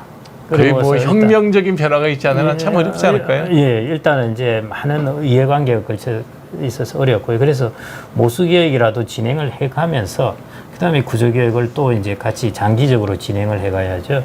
구조개혁을 하려고 모수개혁을 늦춰버리면은 그러니까요. 예. 예, 그러면 아무것도 안 되면 결국은 젊은 친구들의 부담만 늘어나는 거 아니에요? 예, 젊은 친구의 부담이 나중에 가서 늘어나든지 안 그러면 국가가 재정 적자를 많이 보든지 둘 중에 하나를 가져가야 되는데 그러면은 이제 개혁을 안 하고 예를 들어 우리가 2050년 넘어갔다 하면은 국가의 지속 가능성이 이제 문제가 되는 것이죠. 그렇죠. 예, 그래서 지금 이제 개혁을 해 나가야 됩니다. 해 나가야 되는데 예. 안 하시네요. 예, 그래서 저는 이번에는 뭐 이제 여당의 그런 이제 뭐 여러 가지 정치적인 계산 이런 것도 있긴 했을 텐데요. 저 뭐 개인적인 생각으로서는 그때 지금 개혁을 하고 또 나중에 또 개혁을 하고 자꾸 바꿔 나가야 될 것 같은데. 왜냐하면 지금까지 보험료율을 9%에서 한 번도 안 올렸습니다. 그러니까 의대 정원 2,000명 늘리듯이 그것도 확 늘려도 될 텐데 왜 안 늘리는지 모르겠어요. 예, 그래서 한 번 이 보험료율을 높인다는 것, 한 번 높인다는 것 자체가 되게 큰 의미가 있거든요. 그러면 한 번 높이면 그 다음에 또 높일 수 있어요. 그렇죠. 예. 아니 한 번 올렸죠. 노무현 정부 시절에 유시민 장관이 보건복지부 장관 할 때 한 번 9% 올린 게 그게 마지막이더라고요. 예, 예, 예. 그 이후로 지금 문제 23년인가 동안은 아무 요지부동이니까 그렇죠. 예. 지난 정부들이 너무 게을르지 않나 생각이 드네요. 예, 그래서 연금 개혁하고 이제 아까 말씀하셨듯이 저출생의 문제도 중요합니다. 그건 확실히 중요한데요. 5070을 어떻게 부가가치를 낼까 하는 것. 사실은 이 부분에 대한 이야기들은 별로 없거든요. 이 사람들을 어떻게 좀 더 노동시장에서 부가가치가 높은 일을 하게 할 수 있을까? 쉽게 얘기하면 얼마나 좀 더 일을 할 수 있게 해줄 거냐, 일을 할 수 있는 분위기를 만드느냐. 그렇죠. 재교육을 시켜서 좀 네. 더 부가가치가 높은 일을 하게 하면 더 좋은 거죠. 어디 가서 공공근로에 일을 하는 것보다는 예를 들어 컴퓨터라든지 최근에 나오는 뭐 데이터 관련된 그런 재교육 시스템을 좀 갖추어 가지고 거기에 사회에서 필요한 일들을 좀 하게 한다든지 이런 것들이 이제 사회가 할 수 있는 것이고요. 한때 한 10년 조금 덜 됐는데 북유럽에는 이런 이야기까지 나왔습니다. 60세 이후 퇴직하는 사람들도 이제 의무교육을 시켜야 한다. 괜찮네. 혁신적으로 이런 이제 혁신적인 발상이 필요한 것이죠. 인생 이모작을 준비해야 된다는 그렇죠. 얘기죠. 예, 맞습니다. 정부에서 그런 것도 해야 되겠다. 60세 다시 학교 다니라 그러면 잘 다닐 것 같은데. 그렇죠. 이제 네. 그게 이제 새로운 거. 예, 맞습니다. 배우고. 새로운 환경에 뭘 우리가 준비해야 되는지, 그다음에 이제 사회가 필요로 하는 것 중에서도 앞으로 젊은 사람들 인구가 지금부터 엄청 모자랍니다. 그러니까요. 지금의 인구 구조의 가장 큰 문제는 늙어가는 사람의 문제가 아니라요. 노동시장에 들어오는 젊은 층이 되게 없다는 것입니다. 지금 한 10년 지나면은요, 이게 사람 구하기 힘들 겁니다. 젊은 층이. 지금도 사람 구하기가 힘들어서 많은 일들이 줄여나가는 게 많아요. 예. 병원도 보면 그냥 많이 줄이거든 자꾸. 간호사도 그렇고 그럴 거죠. 없어서 줄이고 그런 편이죠. 그게 아주 극심하게 진행될 겁니다. 생각보다 빨리 진행될 겁니다. 예. 마지막으로 하나만 더 여쭤볼게요. 예. 국민연금에서 지금 우리나라가 지금 그 환율이 지금 무지 오르고 있잖아요. 예. 거기다 환율 방어하느라고 국민연금 돈이 들어가더라고요. 어떻게 생각하세요? 환율 방어하러 들어가지는 않을 거고요. 아니 들어갔어요. 늘려줬어요. 예를 들어 어떤 그러니까 방어는 않고요. 이제 국민연금은 주로 하는 게 지금까지 이제 외국 투자를 할 때 해외 자산의 비중을 늘렸기 때문에 네. 해외 자산의 비중을 늘리면 달러를 사게 되거든요. 네. 그러니까 달러를 사게 되면 환율이 이제 올라가게 되죠. 네. 그런 영향들이 이제 국민연금이 주고 있으니까 이런 것들을 이제 한국은행이 이전에 어떻게 했냐면은 국민연금이 달러를 사는 것은 한국은행하고 직접 거래를 하게 해버렸어요. 외환시장에 나오지 않고. 네. 그게 이제 그 국민연금하고 한국은행하고 이제 했던 방식이고요. 그리고 국민연금이 환율을 방어한다. 그 부분에서 이제 이런 환율에서는 뭐 방어한다 이런 건 할 필요가 없는 것이고요. 이제 환율이 뭐 외환위기급에 가면은 이제 들어와야 되는데 국민연금이 지금 달러를 많이 들고 있습니다, 사실은. 그러니까 그거를 많이 이게 달러값이 비싸지니까 꽤 많이 내놓은 모양이더라고요. 해외 자산이기 때문에요. 하려면 미국의 주식을 팔아야 됩니다. 그런 식으로. 네, 그래서 당장은 이제 그렇게 팔지는 못할 거고요. 국민연금이 최근에 해외 자산 비중을 늘리니까 이제 이런 것들이 지금 이미 뭐 30%, 35% 이렇게 가지고 있거든요. 거기다 최근에 이제 더 늘린다고 했으니까요. 그래서 이제 계속 달러를 사야 되는 것이죠. 해외로 돈이 나가려면은. 그래서 그런 부분에 대해서 저도 이제 정확한 뉴스는 안 봤는데 제가 이제 하는이라고 그러면은 국민연금이 외환시장에 나와서 달러를 사는 것은 문제가 되고 환율에 영향을 주니까 이전에 2008년에 그랬었어요. 그런 일이 일어날 때는 시장이 끝나고 나서 둘이 그냥 달러를 바로? 예, 그 정해진 가격으로 해버리는 것이죠. 그렇게 되면 시장에 수요자로 달러 안 나오고 한국은행이 외환보유고를 공급해 주는 것이죠. 네. 예, 그런 방식으로 하면은 외환시장의 충격을 좀 줄일 수는 있고요. 국민연금이 가지고 있는 주식의 해외 주식의 비중을 달러를 위해서 줄이지는 지금 이 수준에서는 않을 겁니다. 그러면 이제 1,400원대가 되니까 뭐 좀 개입했다는 얘기가 막 들리더라고요. 뭐 개입한다는 것은 국민연금은 개입하기가 어렵고요. 네. 하려면은 자기가 가지고 있는 해외 자산을 팔아야 됩니다. 그런데 환율을 위해서 팔았다고 하면 그건 조금 문제가 될 수 있고요. 다만 환율이 내가 우호적이라서 팔았다 그것도 좀 문제가 돼요. 문제가 되는데요. 아마 그런 부분은 아니지 않을까 그렇게 생각이 됩니다. 네, 하여튼 여러분들 오늘 정말 귀중한 정보들을 많이 들었을 겁니다. 다음에는 또 김영 박사님 모시고 여러분들의 개인적인 노후의 자산 관리 사실은 그게 이제 전공 분야죠. 예, 그렇습니다. 그런 거에 대한 얘기도 한번 직접 듣고 따로 그 시간에는 여러분들의 Q&A를 직접 좀 들을 수 있는. 예, 오늘은 제가 5070이 특히 이제 환자 관련해서 이게 아주 중요한 시장이라서 그렇죠. 그래서 네. 한번 큰 트렌드로 한번 들고 와봤습니다. 예, 지금까지 우리가 봤던 뭐 저출산 고령화 사회를 부정적으로만 봤는데 그렇게 보지 말자. 향후 30년에서 50년까지 5070의 중심으로 대한민국이 얼마든지 건강하게 잘 유지될 수 있다라는 희망적인 얘기를 전해 들을 수 있었습니다. 함께 해주셔서 고맙습니다. 예, 네. 감사합니다. 1부 마치고 잠깐 쉬었다가 2부 다시 들어가도록 하겠습니다. 네. 아, 그렇죠. 나 지금 괜찮습니다. 화면이 나왔어요. 아직 계속 되는가 했네. 공부 많이 했습니다. 고맙습니다. 제가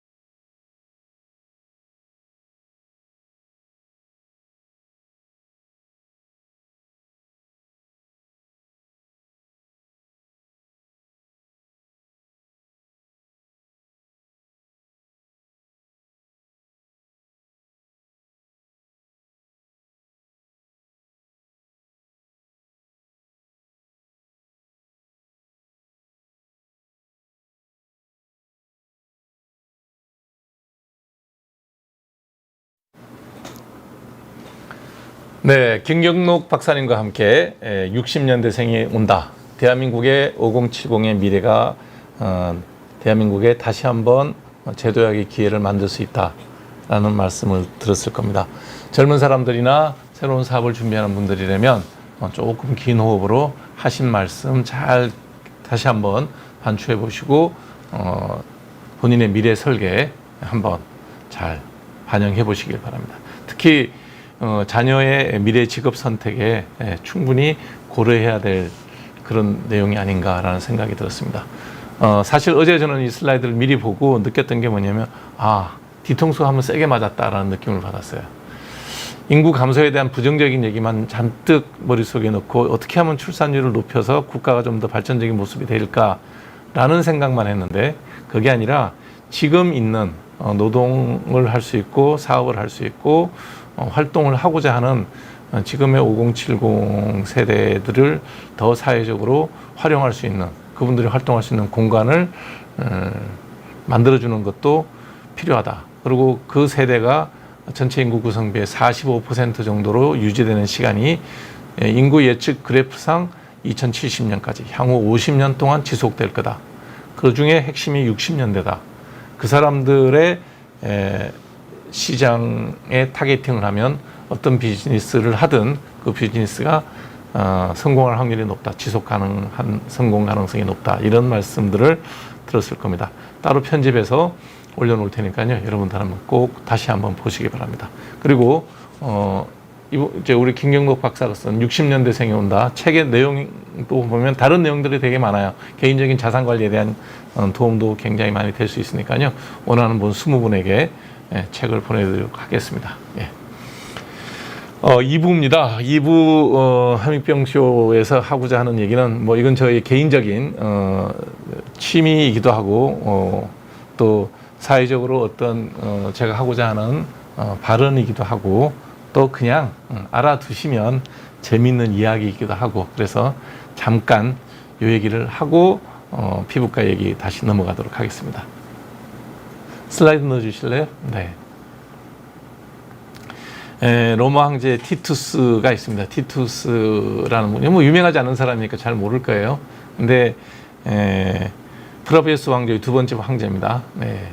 그래서 로마 제정시대 때 원수정 시대 때 일곱 번째 황제인가 일곱 번째 여덟 번째 황제쯤 돼요. 두 번째 프라비우스 황제의 두 번째 황제인데 이분의 사랑 얘기가 되게 재밌습니다. 그래서 한 나라의 국가 지도자의 결혼과 배우자 그리고 그 배우자에 따른 정치적 파장에 대한 얘기를 한번 잠시 들려드리겠습니다. 티투스 황제에 대해서 간단하게 소개하면 티투스 프라비우스 베스파니아누스 39년생 향년 41세로 죽습니다. 네. 황제 재위 기간은 2년입니다. 아버지는 베스파니아누스 본인은 딸밖에 없었기 때문에 후임자는 도미티아누스라고 자기 하나 있는 동생이 하게 됩니다. 아버지 베스파니아누스 황제, 어머니 도미틸라. 배우자는 3명의 배우자가 있었습니다. 배우자가 3명 있었는데 첫 번째 부인은 아레키나 테르트라라고 하는 첫 번째 부인은 사별이고요. 두 번째 마르시아 프루밀라라는 정치적인 문제로 네로 황제의 핍박 때문에 이혼을 하고요. 오늘 제가 얘기하고자 하는 세 번째 배우자 사실혼 관계이긴 했으나 공식적으로 결혼하지 않은 베레니케에 대한 얘기를 여러분들에게 해드리겠습니다. 로마 아시는 분들은 많이 아시겠지만 로마의 제정을 처음 확립한 사람은 카이사르죠. 시저. 시저가 여기 영대라고 써놓은 이유는 본인은 독재관으로 있다 암살됐기 때문에 황제가 되지는 않았고요. 그 양자를 드렸던 누나의 손자입니다. 누나의 카이사르의 누나죠. 율리아라는 누나가 있었는데 그 누나의 손자죠. 아티아 아우구스투스. 이렇게 이 아우구스투스가 이제 양자를 들여서 황제가 되고요. 아우구스투스는 본인의 후사는 딸밖에 없습니다. 그래서 부인 리비아가 유부녀였거든요. 리비아가 데리고 왔던 2명의 아들 중에 큰 아들 티베리우스를 양자로 들여서 황제 제2를 계승하게 됩니다. 그 다음에 티베리우스도 후사가 없어요. 그래서 그 동생 드루수스가 낳은 아들 게르마니쿠스의 그 손자죠. 예. 티베리우스 입장에서 볼 때는 손자인 세 번째 황제가 칼리굴라고, 이때 이제 악명 높은 황제였죠. 그래서 칼리굴라가 암살되고, 그 다음에 그 삼촌 크라우디우스가 황제가 되고, 그 크라우디우스는 또 이제 양자를 들인 네로가 황제가 되고, 네로가 또 폭군이죠. 여기서 이제 두 명의 폭군이 있죠. 칼리굴라, 네로. 네로가 암살되고 난 다음에 네 명의 군인 황제가 왔다 갔다 합니다. 잠시 혼란기가 있고, 그 네 명의 군인 황제들이 들어섰을 때 그것을 통일한 사람이 베스파니아누스입니다. 프라비누스 왕조의 시작이고요. 그 베스파니누스 황제의 큰아들이 티투스입니다. 동생이 도미티아누스. 그래서 이렇게 이제 황제가, 도미티아누스는 역시 이제 암살되고 제거되죠. 그리고 다음 왕조 로마의 오현제 시대가 시작되는 안토니우스 피우스로 쭉 넘어가는 그 과도기에 있었던 황제가 티투스입니다. 로마의 두 번째 왕조가 프라비우스 왕조인데, 그 왕조의 두 번째 왕이죠. 아버지 베스파니우스는 기사계급 출신입니다. 원로원 출신이 아니라 두 번째 계급 출신입니다. 자, 티투스에 대한 얘기 잠깐 해볼게요. 즉위하기 전에는 크라우디우스 황제의 후계자들하고 같이 수업을 합니다. 공부도 같이 하고, 여기 브라티니쿠스하고 친구예요. 예. 크라우디우스 요 밑에 같이 공부했던 네로하고 동격에 있는 요대에 있는 사람이, 이름 얘기는 안 나오는데, 그 친구랑 브라티니쿠스랑 같이 사이가 좋았고요. 네로가 이제 자기 경쟁자니까 죽이죠. 그래서 네로에서 독살됐는데, 티투스는 되게 친했기 때문에 자기가 황제 되고 난 다음에는 이 브리타니쿠스를 조각을 세웁니다. 61년부터 63년까지는 대대장으로 아버지랑 같이 이제 영국과 게르마니아에서 장교로 복무했고, 요때부터가 이제 티투스의 역사에 등장하는 일입니다. 아버지 베스파니아누스가 유대 반란을 진압하러 갔을 때 같이 종군을 합니다. 재무관으로 종군을 하고, 아버지 베스파니우스가 황제 등극이 돼가지고 로마로 귀환할 때 남아있는 그 유대 전쟁을 티투스가 직접 지휘를 합니다. 그러니까 여러분들이 지금 가면 이제 메세다인가요? 그 요새 있죠. 그 요새를 파괴하고 유대인들의 디아스포라를 일으켰던 사람이 티투스 황제입니다. 그러니까 유대인들은 되게 싫어하는 황제죠. 예. 유대 성전들은 지금에 있는 통곡의 벽, 현재 예루살렘에 남아있는 통곡의 벽만 남기고 다 파괴해버립니다. 예루살렘을 파괴하고 메세다 구원에서 그 쭉 축성해가지고 도로를 만들어 메세다 요새를 다 파괴해버리죠. 그리고 유대인들을 전부 다 유대 땅에서 내쫓아버립니다. 다시는 반란을 못 일으키게. 그래서 유대인들의 디아스포라를 일으켰던 역사에는 이제 그게 먼저 기록이 남죠. 예. 결혼은 아까 얘기했던 첫 번째 부인은 사별, 두 번째 부인은 네로의 반대 세력이라서 할 수 없이 이제 이혼할 수밖에 없는. 그래서 그 사람과 딸 하나 놓은 게 하나 있고요. 그다음에 결혼을 정식으로 하지 않았습니다. 아버지는 69년에 이제 황제가 됐고요. 본인은 유대 전쟁을 끝내고 티투스 계승문을 만들고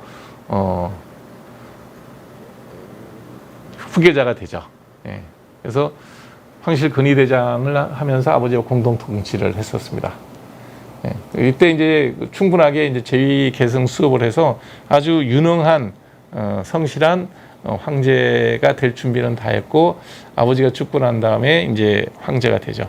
재밌는 거는 이제 베스파니우스 황제가 굉장히 알뜰한 사람이에요. 그러니까 네로가 워낙 돈을 흐질러 써가지고 로마 그 황제 재정이 고갈됐을 때 베스파니우스가 양모 가공업자들에게 오줌세를 매깁니다. 오줌세가 뭐냐면, 그 당시에도 양모는 이제 옷을 해입어야 되는데 그 기름을 빼고 하려 그러면 그 기름을 잘 빼려면 암모니아가 효과가 좋은데, 그거를 로마 시내에 있는 공공 화장실에 그 모여 있는 오줌을 가져가죠. 그거를 이제 거기서 팔았죠. 오줌세를 징수를 한 거죠. 그러니까 당연히 이제 돈 내고, 옛날에는 그냥 수거해가는 비용으로 오줌세를 면세를 그냥 자기들은 그 양모 가공할 때 싸게 그냥 썼는데, 이 세금을 받으니까 오줌을 팔았죠. 그러니까 이제 공공 화장실에서 모아진 오줌을 팔았죠. 옛날 여러분들 유로키나제를 추출하기 위해서 우리나라도 이렇게 빈 통에 오줌 넣었던 거 여러분 아마 기억나실 거예요. 그 혈전 녹이는 유로키나제를 위해서 추출하느라고 했었는데 이 양모업자들은 이제 그게 싫죠. 그러니까 난리가 나니까 티투스가 아버지한테 얘기를 합니다. 예. 아버지 그게 우리가 꼭 저기 뭐야 오줌까지 그렇게 세금을 매겨서 돈을 걷어야 되겠습니까? 이런 얘기를 하니까 아버지가 이제 은하를 한 입 코에다 주면서 냄새 나냐? 그랬더니 안 나죠. 그래서 베스파니우스가 뭐라 그러냐면 돈에는 냄새가 나지 않는다 라는 유명한 말을 합니다. 그러니까 굉장히 알뜰한 황제예요. 그러니까 네로가 그들냈던 로마의 국고를 다 채웠죠.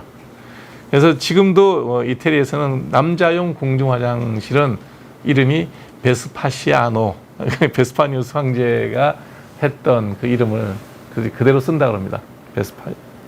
베스파니우스는 황제 이름을 공중 화장실의 이름에 이제 남겨놓은 거죠. 네. 자, 이제 티투스가 제위 시절에 힘든 일만 생깁니다. 이제 티투스 황제 시절에 이제 유대 전쟁을 끝냈고, 1차 유대 전쟁을 끝내서 디아스포라를 일으켰고요. 그 다음에 이제 제2기간 중에 베수비오 화산이 폭발해가지고 폼페이나 헤라클레네움, 스타비아가 다 매몰되어집니다. 그래서 이거를 직접 본인이 진두지휘해서 다 위기를 넘기고요.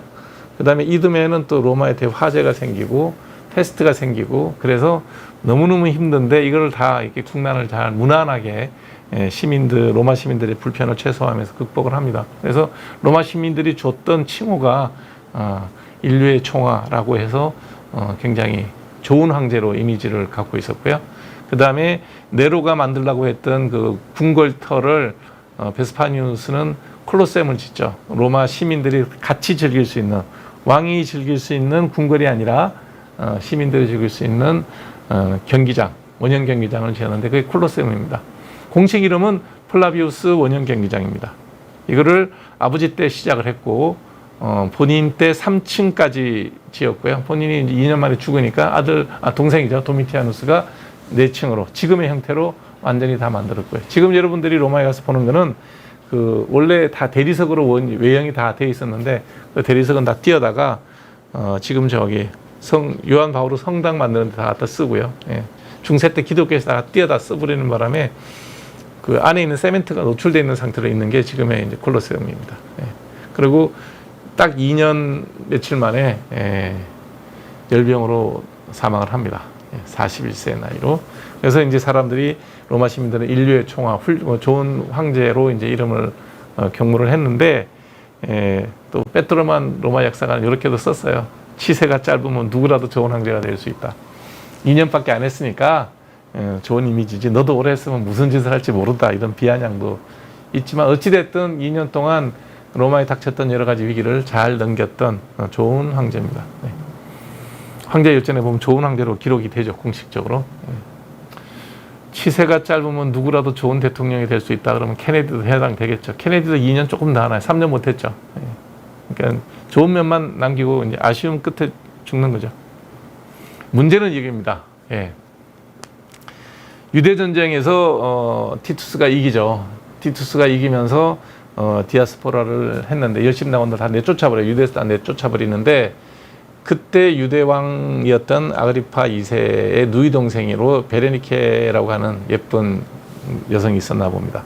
두 분의 결혼경이 있고 12살의 연상인데 이 베레니케를 좋아했나 봐요. 그래서 로마 황궁 팔라티노 황궁에다가 베레니케를 데리고 와서 동거를 합니다.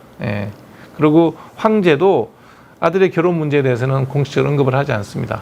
그리고 베레니케 언니도 있는데 언니는 또 로마인 유대 장관하고도 결혼을 합니다. 그러니까 무슨 얘기냐면 로마라는 사회는 굉장히 개방된 사회였기 때문에 뭐 유대인이라고 결혼을 못하고 그러진 않았는데 한 가지는 있어요. 황제는 안 된다. 유대 속주 총독이나 속주 장관은 현지인과 결혼해도 상관은 없지만 황제는 안 된다는 게 불문율입니다. 그럼 왜 그러냐면 안토니우스가 저기랑 했죠. 클레오파트라랑 눈이 맞아갖고 로마를 분단했던 그 동서로마로 거의 분단될 뻔했던 그런 것도 있었고 그래서 카이사르도 클레오파트라랑 뭐 1년 가까이 같이 동거를 하면서 카이사르랑 아들도 뒀죠. 그런데 카이사르는 분명히 얘기합니다. 절대로 로마에 오지 마라. 아들 데리고 로마 오지 마라. 라고 얘기했는데 왔죠. 결국은 옥타비아누스가 아우구스투스로 등극하자마자 제일 먼저 했던 게 카이사리아. 그러니까 클레오파트라가 놓은 아들을 죽여버립니다. 그러니까 카이사르의 말을 안 들어서 그런 거죠. 예. 근데 문제는 뭐냐면 베레니케랑 동거하는 것 갖고도 아무도 뭐라 하지 않았어요. 근데 원형 경기장에 둘이서 같이 입장을 합니다. 근데 로마의 시민들이죠. 원로원도 있고 시민도 있고 다 있는데 여기서 결혼하면 안 된다는 비난의 합창을 했고 티투스는 로마 시민의 뜻이 그러하다면 결혼은 하지 않겠다. 라고 공식적 선언을 하지 않지만 하지 않습니다. 그리고 베레니케를 유대로 돌려보냅니다. 예, 같이 있지 않고. 그리고 본인은 죽을 때까지 결혼하지 않습니다. 그러니까 역사가 요세푸스가 유대인입니다. 유대인인데 로마 황궁에서 공식 역사가로 활동했고요. 수도경찰청장이었던 로마 시내의 수도경찰청장인 알렉산드로스도 황궁에 같이 거주합니다. 그러니까 무슨 얘기냐면 인종에 대한 민족에 대한 차별이 별로 없었던 거죠. 그 다음에 카이사르는 클레오파트라랑 같이 동거를 했고 아들 카이사리아까지 낳습니다. 그렇지만 공식적으로 부인이 되지는 않아요. 애인은 상관없다는 얘기죠. 그래서 절대로 로마 시민이 아닌 외국인, 속주 주민이 로마 정치에 관여하는 것은 절대로 안 된다. 예. 그리고 베레니케를 보내고 난 다음에 티투스는 황제가 되죠. 그 다음에 베레니케는 황제가 됐다는 얘기를 듣고 다시 한번 그래도 미련이 있으니까 옵니다. 그리고 오빠가 가라 그러죠. 예. 그래서 로마에 오는데 잠시 만나고 난 다음에 다시 유대로 돌려보냅니다. 그러니까 이제 역사가들이 하는 얘기예요. 황제 티투스가 베레니케를 사랑하지 않은 게 아니라 외국인 여성과는 결혼하지 않겠다라는 로마 시민과 약속을 우선시한 거죠. 예, 요즘으로 치면 유권자의 뜻이 그게 아니라는 거죠. 근데 본인이 베레니케랑 결혼은 하지 않았지만 그 이후로 어떤 애인도 찾지 않고 결혼 상대도 찾지 않았습니다. 그리고 매년 베레니케 공주의 생일이 되면 선물도 꼬박꼬박 보냈다는 기록이 있습니다. 그러니까 티투스란 사람은 성실한 사람이고 또 본인의 사랑을 갈구를 하기는 했으나 그것이 로마의 시민의 정서에 어긋나는 일은 하지 않는 아주 성실한 황제였다라고 보는 게 맞겠죠. 예. 그래서 이 황태자가 되기 전에 일반 군인 생활을 할 때 했던 결혼, 첫 번째 결혼은 사별, 두 번째 결혼은 정치적인 압박 때문에 이혼, 거기서 논 자녀 딸 하나, 그 외에는 유일한 애인이 베레니케였었습니다. 예. 사랑하는 여자였지만, 그리고 마지막까지 생리 선물까지 챙겨줬던 사람이지만 로마 시민들의 반대 때문에 결혼을 하지 않았던 그런 사람입니다. 국가 지도자는 사랑도 자기 마음대로 하면 안 된다는 게 로마 시대 때 주어졌던 불문율인 것 같아요. 저런 것들을 다 이제 본인의 뜻대로 관철을 할 수도 있었겠죠. 했다면 아마 다른 악명 높은 황제들처럼 쫓겨났겠죠. 예. 시민의 뜻에 반하는 일을 했으니까. 그래서 비록 로마의 황제가 임기가 무제한인 그런 황제이긴 했으나 시민들의 의사에 반하는 일을 하게 되면 어떤 일을 당할지 모른다는 것은 이미 로마의 역사가 입증을 했고요. 예. 티투스는 거기에 충실히 따랐던, 시민의 뜻에 충실히 따랐던 좋은 황제였다.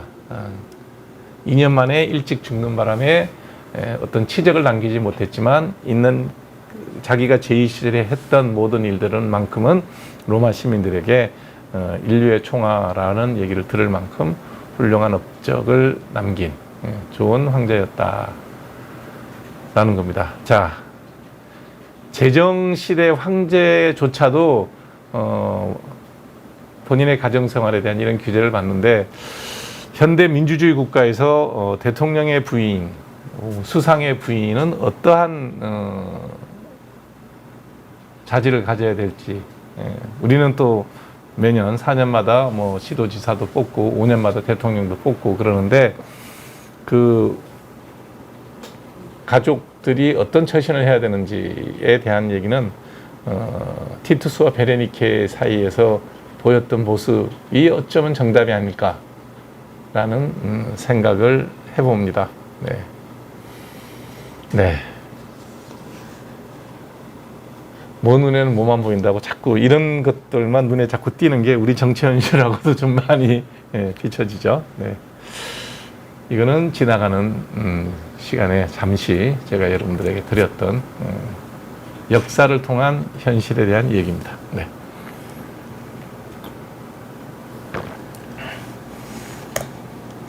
자, 이 유대인에 대한 티투스가 본인이 유대 전쟁을 통해서 유대인들을 완전히 죽였지만, 완전히 유대를 이스라엘을 정복을 했지만 항복한 유대인들에 대해서는 굉장히 관용을 베풀었고요. 저항하다 잡힌 포로들은 하루에 500명씩 십자가형에 처합니다. 그래서 1차 유대 전쟁이 끝나고 난 다음에 유대 땅에서 유대인들 다 내쫓아 버려요. 근데 이 유대인들이 생활력이 강하니까 안티오키아 같은, 시리아의 안티오키아 같은데 이런데, 그 다음에 이집트의 알렉산드리아 이런 상업 도시에서는 유대인들이 굉장히 잘 적응을 해서 돈을 많이 벌어요. 그래서 티투스한테 계속해서 이제 저기를 합니다. 그 청원을 합니다. 내쫓아 달라고. 근데 이미 이 사람들은 그 도시에 뿌리를 내리고 있기 때문에 티투스는 안 된다 그래요. 특히 이제 상업적으로 이집트나 그리스계 주민들하고 대개 이제 다툼이 많죠. 돈의 상업의 이제 영업권에 대한 문제이기 때문에. 근데 거기에 대해서는 두 번의 어떤 저기를 하지는 않아요. 네. 그리고 로마시에 남아있는 로마의 행정구역이 14개로 나눠져 있는데 그 중에 한 구역이 14구역인가가 유대인들 집단 구역이에요. 그게 유대인들의 주민들의 권리가 있습니다. 유대 주민들은 종군하지 않아도 되고요. 대신에 세금만 내야 되고 자기의 그 일신교 종교를 지킬 권리까지 보장해주는 청동판이 있었습니다. 그러니까 그때도 또 이제 유별난 짓이 다신교 국가에서 일신교를 믿고 그러니까 거기에 대해서 또 이제 여러 가지 비판이 있고 청동판 없애라 그러는데 그거는 우리 선대한 약속이고 로마에 사는 유대 시민들도 로마 시민권으로서 로마 시민으로서 활동할 권리가 있다 그래서 그것도 거부합니다. 그러니까 반유대주의는 아니에요.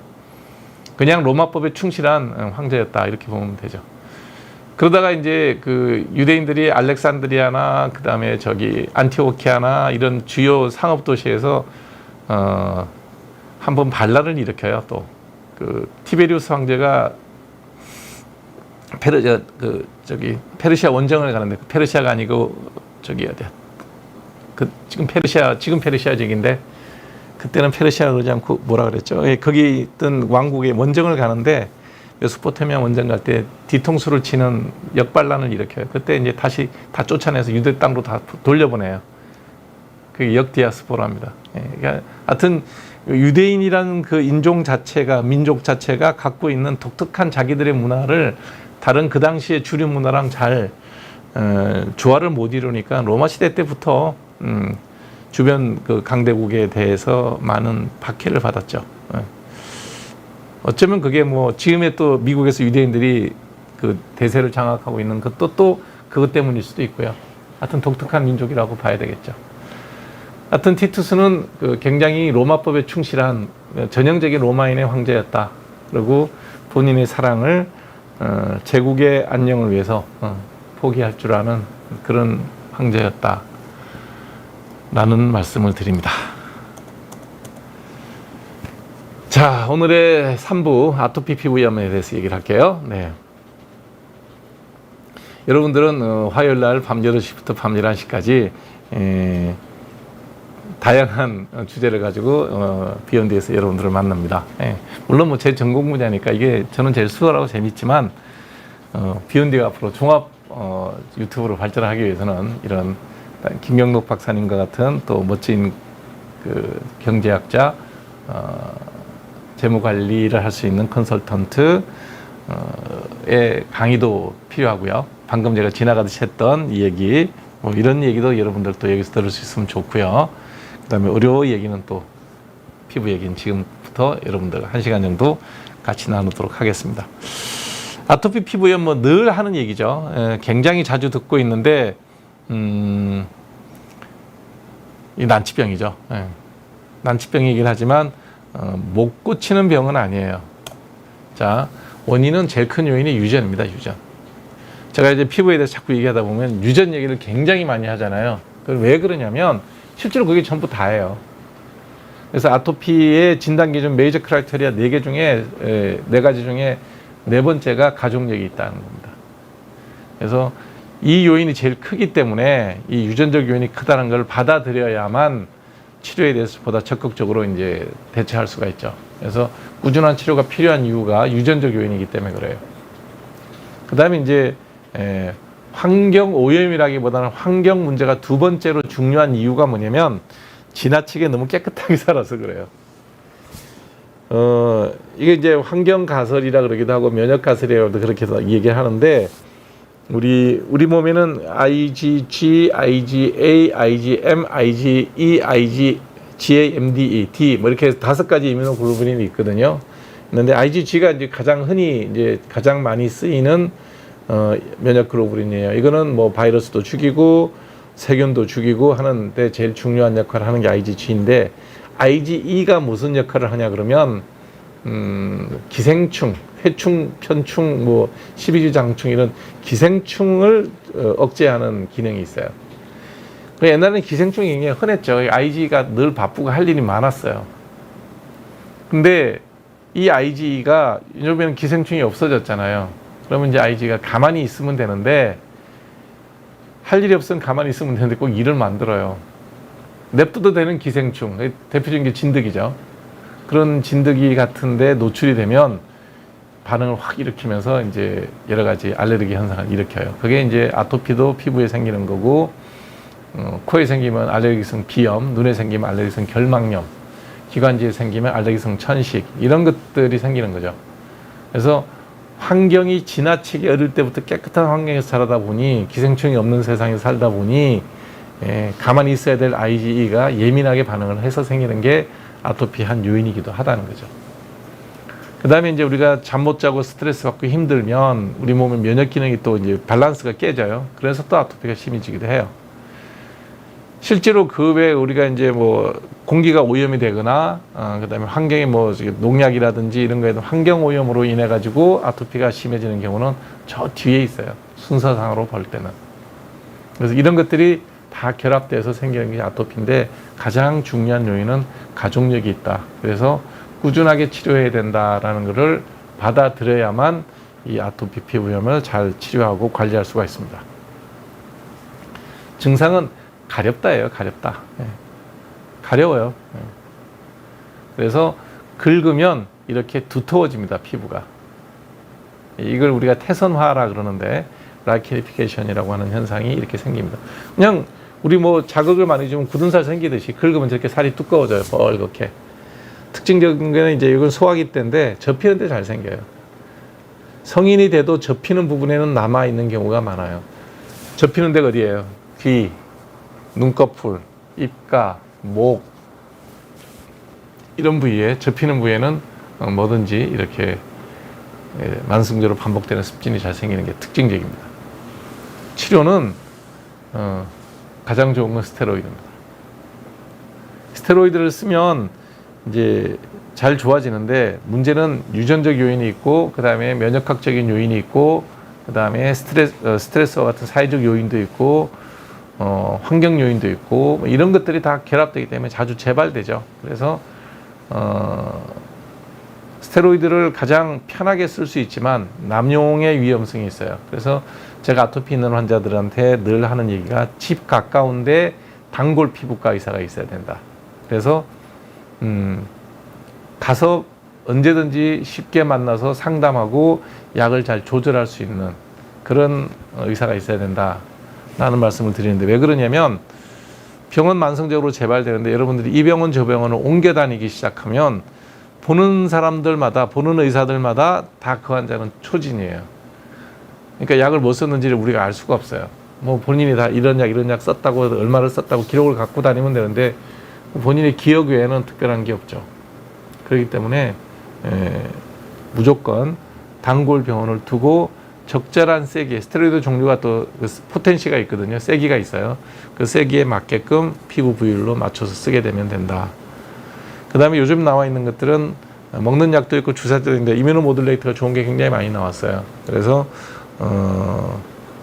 트램피어라든지 오메크론 이런 약들이 많이 나와 있어요. 그래서 아주 심한 경우에는 대학병원에 가서 그런 거를 처방을 받아서 주사를 맞거나 먹는 약으로 쓰게 되면 도움이 됩니다.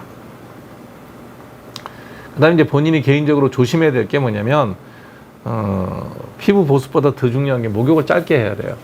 우리나라 사람들이 목욕이 굉장히 길잖아요. 목욕을 5분 이내 샤워로만 가볍게 해야 된다. 이게 제일 중요하고요. 그 다음에 비누질을 할 때 제발 이 떼수건 좀 쓰지 마세요. 부드러운 떼수건이라는 것도 다 거짓말이에요. 그냥 손으로만 씻으세요.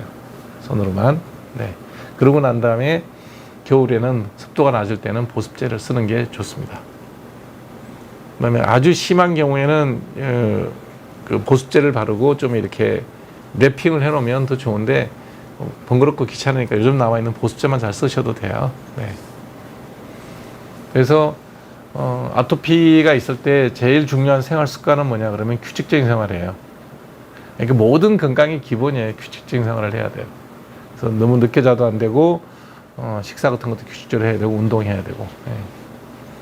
그다음에 밤에 많이 가려울 때는 약 먹어야죠. 뭐. 모든 가려움증은 밤이 되면 다 심해져요. 그렇기 때문에 늘 밤마다 가렵다 그러면 항히스타민제를 그냥 밤마다 먹고 자는 게 좋아요.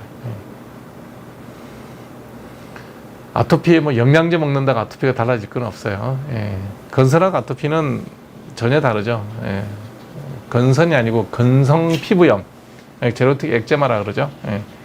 그거하고 아토피 차이는 아토피는 유전적인 요인이 있고요. 건성 피부염은 그냥 본인이 잘못해서 떼수건을 많이 쓰든 피부를 너무 지나치게 자극을 줘서 각질이 손상이 되면 생기는 병이니까 원인이 전혀 다르죠. 건성 피부염 같은 경우는 본인이 그런 일만 하지 않으면, 원인만 제공하지 않으면 병이 생기지는 않아요. 근데 아토피는 유전적인 요인으로 생기기 때문에 본인의 노력만 갖고는 해결이 되지 않는다. 그래서 상황에 따라서는 주사제, 또 먹는 약, 바르는 약 이런 것들을 꾸준하게 사용하는 것이 필요하다. 약의 도움을 받아야 된다는 걸 잊어버리면 안 되겠습니다. 네. 지금부터는 여러분들과 함께 피부에 대한 여러 가지 질문들 받도록 하겠습니다.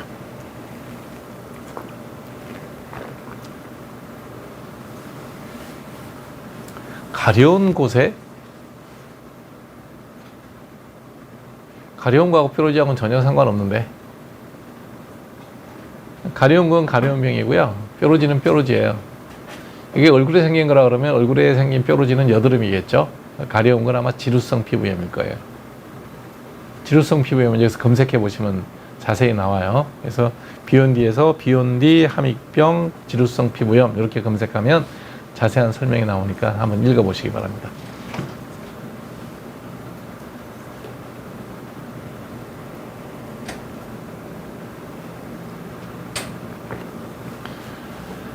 리파스파 레이저가 뭔지 모르겠고요. 흑자를 제거했다 그러면 제거했으면 잘 됐으면 끝났고요. 5개월 전에 제거해서 재발되지 않았으면 뭐 향후 2, 3년은 재발 없을 거예요. 야주를 복용하는데 흑자하고 상관은 전혀 없습니다. 검버섯은 그냥 노화로 생기는 거기 때문에 먹는 약이나 호르몬제하고 아무 영향 없습니다.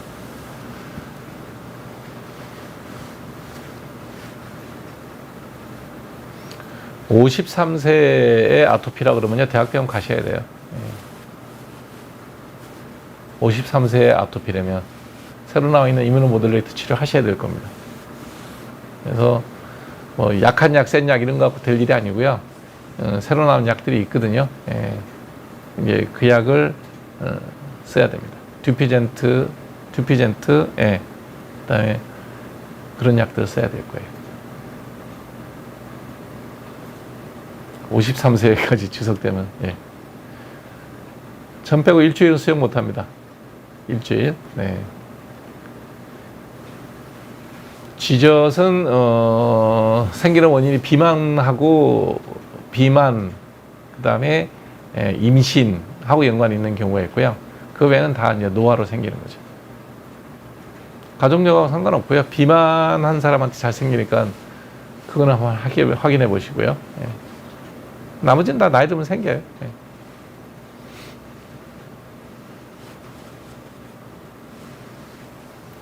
알레르기 피부염을 석 달 치료한다고요? 알레르기 피부염이 아니죠. 피부염은 되게 뭐 길어야 뭐 1, 2주 안에 다 치료가 돼야 됩니다. 석 달 지속됐다 그러면 피부염은 아니에요. 예.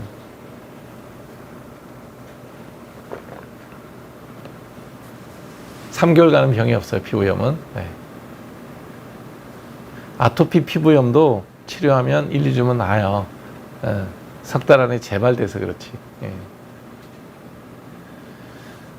전 빼는 건 아무 때나 빼면 돼요. 일주일은 좀 보기 흉해요. 네. 계절하고 상관없어요. 네.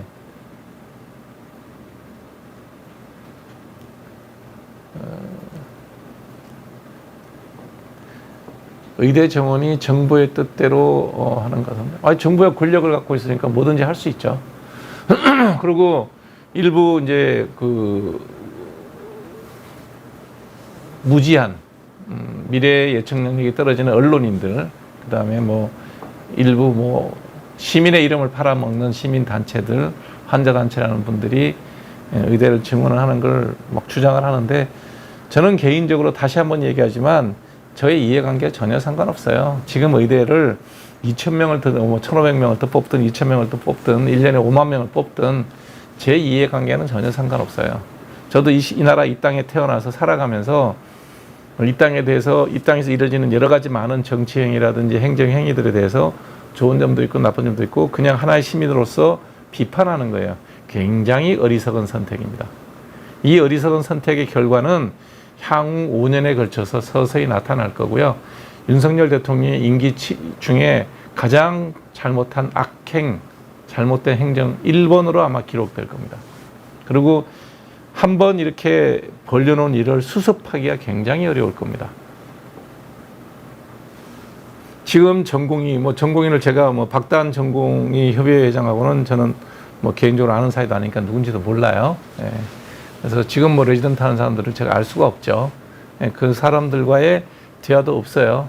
근데 그냥 제가 우스개 마음으로 감정이입을 해보는 거예요. 내가 지금 레지던트인데 소아과 1년 차를 하고 있는 레지던트다. 내가.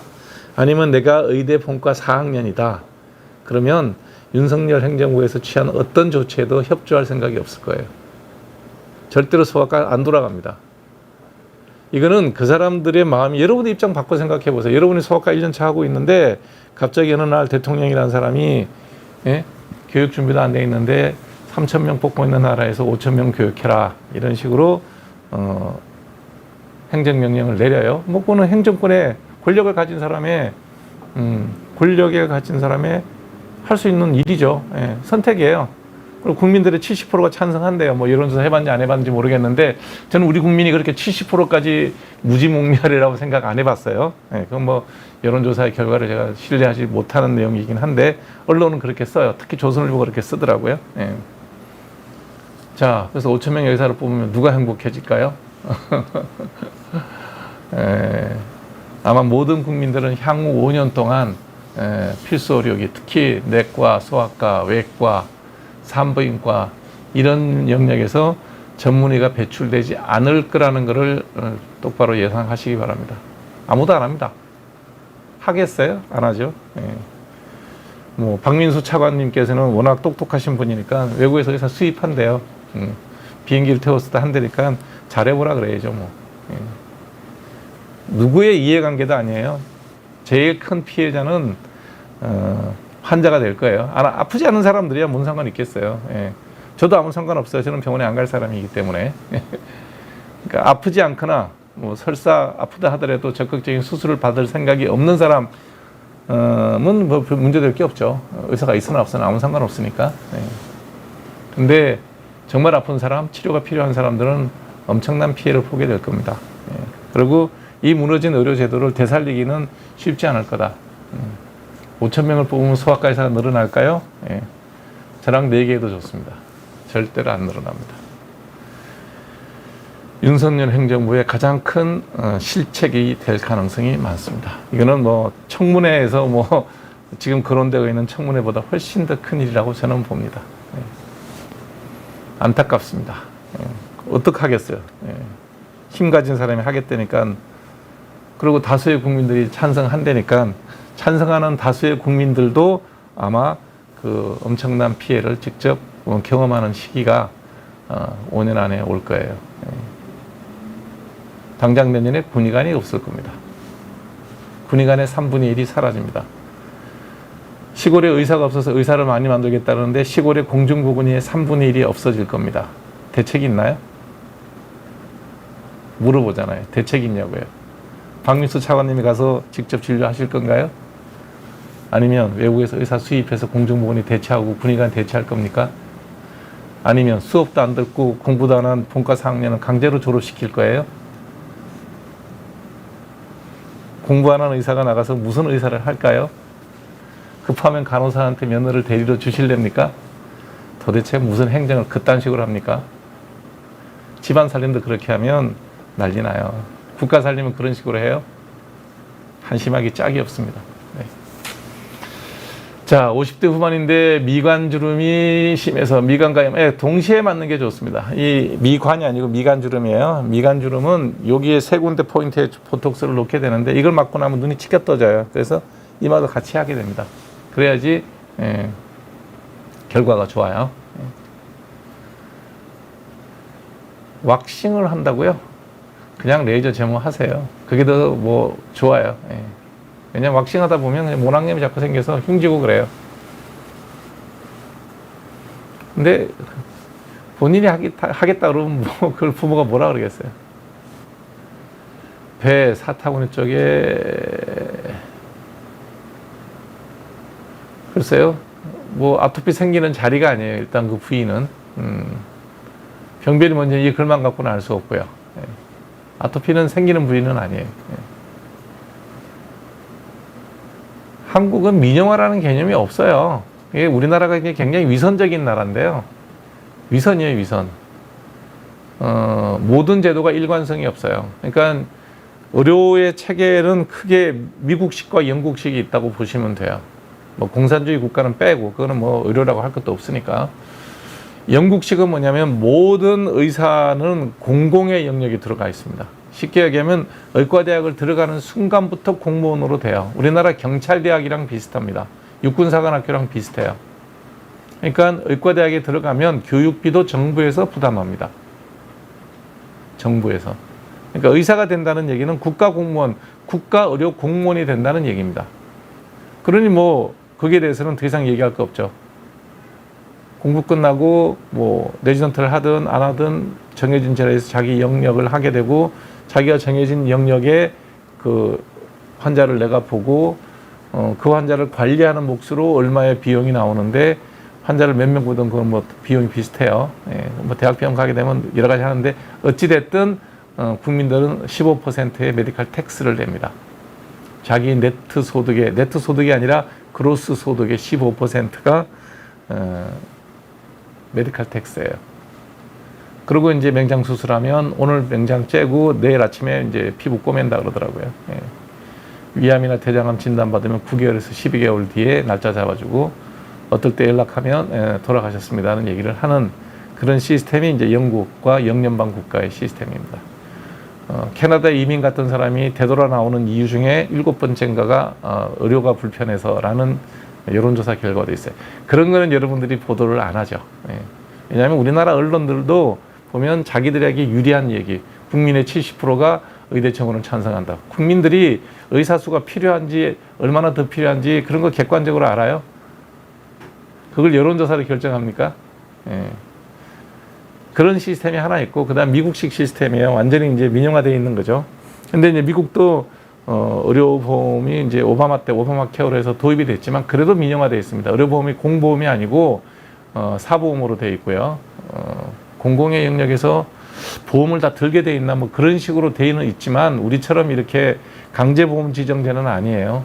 그러니까 우리는 그 의사가 되는 과정 중에 들어가는 비용은 국립의대 가는 경우를 빼고 나면 대부분 다 내가 등록금 내고 학교에서 사립대학에서 교육비를 추가로 투입을 해서 의사를 만들어내죠. 만들어내고 밖에 딱 나오는 순간 정말 손도 안 대고 코 푸는 게 우리나라 의료 정책입니다. 의사를 다 강제로 의료보험을 지정합니다. 그러니까 우리나라는 민영화라는 게 없어요. 민영화를 하면 보험의 강제 지정이라는 게 없어야죠. 우리나라는 전형적인 사회주의 의료 시스템인데 그 모든 과정에 국가가 돈을 한 푼도 안 낸다는 거 얼마나 좋아요. 그러니까 박정희 대통령이 머리는 좋은 사람이에요. 이렇게 의료보험 제도를 만든 거예요. 그러고서 민영화된 영역은 전혀 없고 비보험의 영역을 만들어놔서 돈은 그걸로 벌어먹고 살아라. 이게 이제 우리나라 의료보험 제도예요. 근데 그게 기가 막히게 균형을 맞춰서 지금까지 잘 돌아왔죠. 그러니까 여러분들이 소득의 4.5%를 의료보험료를 내고 1인당 병원에 가면 5,200원, 평일날 5,200원이더라고. 초진료 그때 확인해 보니까. 그리고 우리가 의료보험 공단에서 받는 돈이 12,000 얼마를 덜 받아서 17,610원이 환자 한 명을 보면 우리가 받는 돈이에요. 그럼 100명을 봐야 176만 원, 176만 원이에요. 그러면 그걸 가지고 이제 간호사들 월급 주고 그다음에 뭐 저기 병원의 기자재라든지 그다음에 임대료 내고 뭐 이렇게 하는 거예요. 그러면 별로 남는 게 없죠. 그러니까 의사들이 100명을 보지도 못하고 의사가 너무 많아서 하루에 환자 100명 보는 경우가 거의 없어요. 그러니까 이제 여러 가지 다른 일들을 하게 되죠. 다 해봐야 의료보험 환자 보니까 돈 안 되니까 요즘 전부 다 하는 게 이제 미용을 하고 있는 거예요. 그래서 소아과 선생님이 전문의 숫자가 부족한 게 아니고요. 소아과 전문의 선생님들이 17,610원을 받아서 환자 하루에 100명 봐봐야 그게 병원 경영하기가 녹록지 않다. 200만 원을 한 달 하루에 매출 올린다 해도 한 달 20일 일하면 4천만 원 매출이에요. 그럼 간호사 너댓 명 월급 주고 임대료 내고 나면 월급쟁이 웬만한 기업에 자기 또래 대기업의 월급쟁이 수준도 안 돼요. 그러니까 소아과 안 하죠. 그래서 뭐 합니까? 피부 관리 하잖아요. 그래서 소아과 숫자가 중요한 게 아니라 소아과 선생님들한테 주는 돈이 너무 작으니까 소아과 선생님들이 다 딴 일을 하는 거예요. 그러면 이제 그걸 2,000명을 더 뽑아서 이제 그걸 채우겠다는 게 윤석열 대통령의 생각인데 뜻대로대로 한번 해보시라는 얘기예요. 5년 뒤에 2,000명 더 뽑으려고 지금 당장 레지던트가 없어지는데 그거 어떻게 하실는지 모르겠어요. 알아서 잘 하시겠죠. 권력을 갖고 있으니까. 권력으로 지시하면 환자도 낫나 봐요. 아프지 마세요. 그래서 민영화라는 건 한국은 없습니다. 그러니까 저런 거 민영화 어쩌고저쩌고 이해하는 게 다 거짓말이에요. 불가능한 얘기고요. 약값은 뭐 우리 다 강제 지정이에요. 약값도 안 올라요. 우리나라는 전형적인 통제 의료이기 때문에 민영화 불가능, 약값도 정부 규제로 돼 있어요. 그래서 일부 약은 약값이 너무 안 올라주니까 약을 생산을 안 해요. 약 생산 비용이 1,000원인데 약값을 뭐 저기 900원으로 책정하면 누가 그 약을 만들겠어요? 안 만들어요. 그래서 지금도 보면 가나마이신이라든지 스트랩토마이신과 같은 결핵에 써야 되는 그런 항생제들이 약값이 너무 싸서 안 만들어요. 일부 제약회사에서 뭐 결핵약을 만드는데 그것도 아이나 같은 것도 매한가지고요. 약값이 너무 싸서 안 만들어요. 그냥 사회사업하는 마음으로 만드는 분들이 있죠. 그 언제까지나 세상의 모든 일을 경제 논리에서 벗어나서 선량한 사람들이 선의의 행동에만 그 국가의 의료를 맡긴다? 한심한 얘기죠. 그런 일 없습니다. 오를 일 없고 우리나라는 되지도 않을 얘기고요.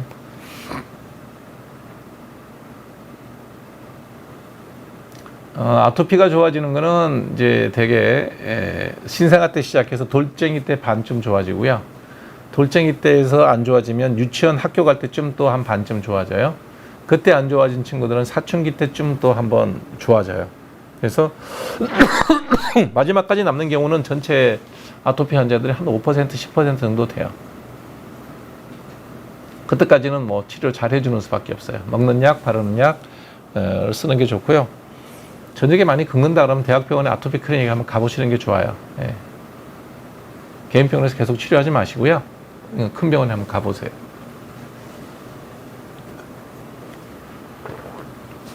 사춘기하고 아토피가 아무 상관없고요. 이제 운이 좋으면 사춘기 때 좋아지죠. 먹는 약은 별로 권하고 싶지 않고요. 심할 때는 뭐 할 수 없지만, 근데 이 정도 심하면 이뮤노모듈레이터 같은 걸 쓸 수 있으니까요. 대학병원 한번 가보시기 바랍니다. 여드름하고 검버섯하고 상관없고요. 여드름은 뭐 여드름이 낫고 흉질 수 있고요. 검버섯은 그냥 나이 들면 생기는 거예요. 색깔이 검게 됐다고 다 검버섯은 아니고요. 뭐 색소 침착일 수도 있고 그래요. 근데 검버섯이 맞다면 바르는 용고 쓰면 돼요. 멜라논 크림. 근데 아주 두꺼워진 검버섯이라면 레이저로 제거하는 게 좋아요.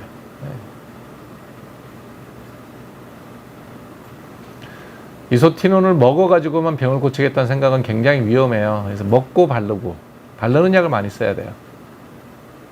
바르는 약. 그래서 바르는 약을 주로 써서 1년에 3분의 2, 그러니까 1년 360일 중에 한 100일 정도는 약 먹고요. 260일은 약 바르고 살아야 돼요. 먹는 약만 갖고 뭐 관리하겠다는 생각은 틀렸어요. 약을 잘 바르면 돼요. 좋아지면. 보톡스는 병원마다 몇천 원에서 가격 차이하는데 보톡스 약값 차이일까요? 아, 이거는 뭐 비보험이니까요. 몇천 원에 하고선 나머지로 바가지를 씌우겠지. 그러니까 미끼 상품이라 그러는 거죠. 보톡스를 미끼 상품으로 쓰는 사람들은 뭐 보톡스 맞는데 몇천 원, 한 방에 몇천 원, 뭐 이렇게, 라고 이 얘기를 하고, 그 다음에, 나머지, 다른 걸로 이제 덤태기를 씌우는 거겠죠. 보톡스도, 내야 될 돈이, 뭐, 저 같은 경우에는 보톡스는 시술할 때 22만 원 받아요. 그 정도 받으면 모르겠지만, 그 외에는 어떤 비방이 있는지는 모르겠어요. 몇천 원 갖고는 그게 되질 않죠. 유지가 되질 않죠.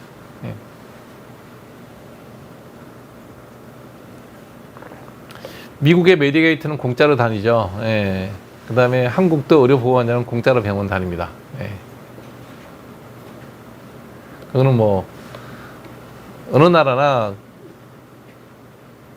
어렵게 사는 사람들은 그것 때문에 뭐 치료를 못 받는다는 게 말이 안 되죠.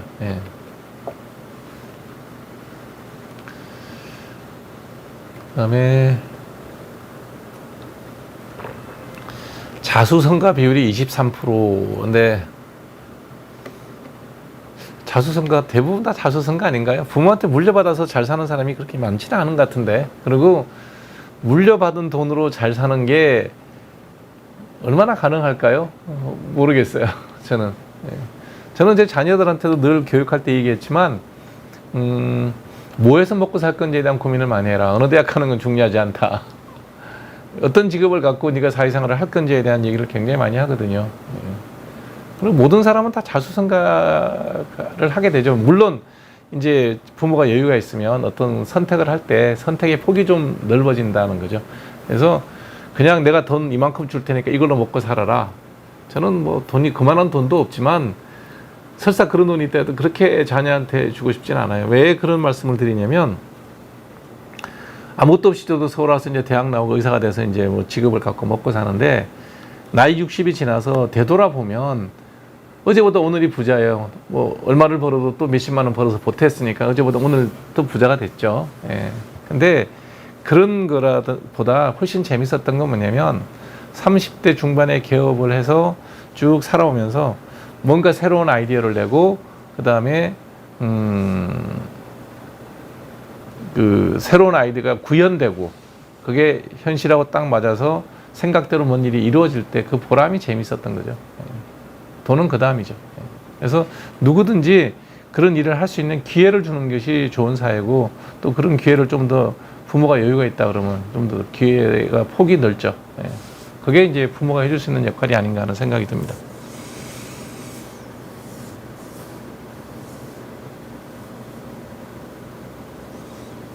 유명인들은 다들 본인 위주로 거침없이 떠들어대니 귀도 아프고 안 들으시면 됩니다. 들을 이유가 없죠. 귀 아픈데 그걸 왜 듣습니까?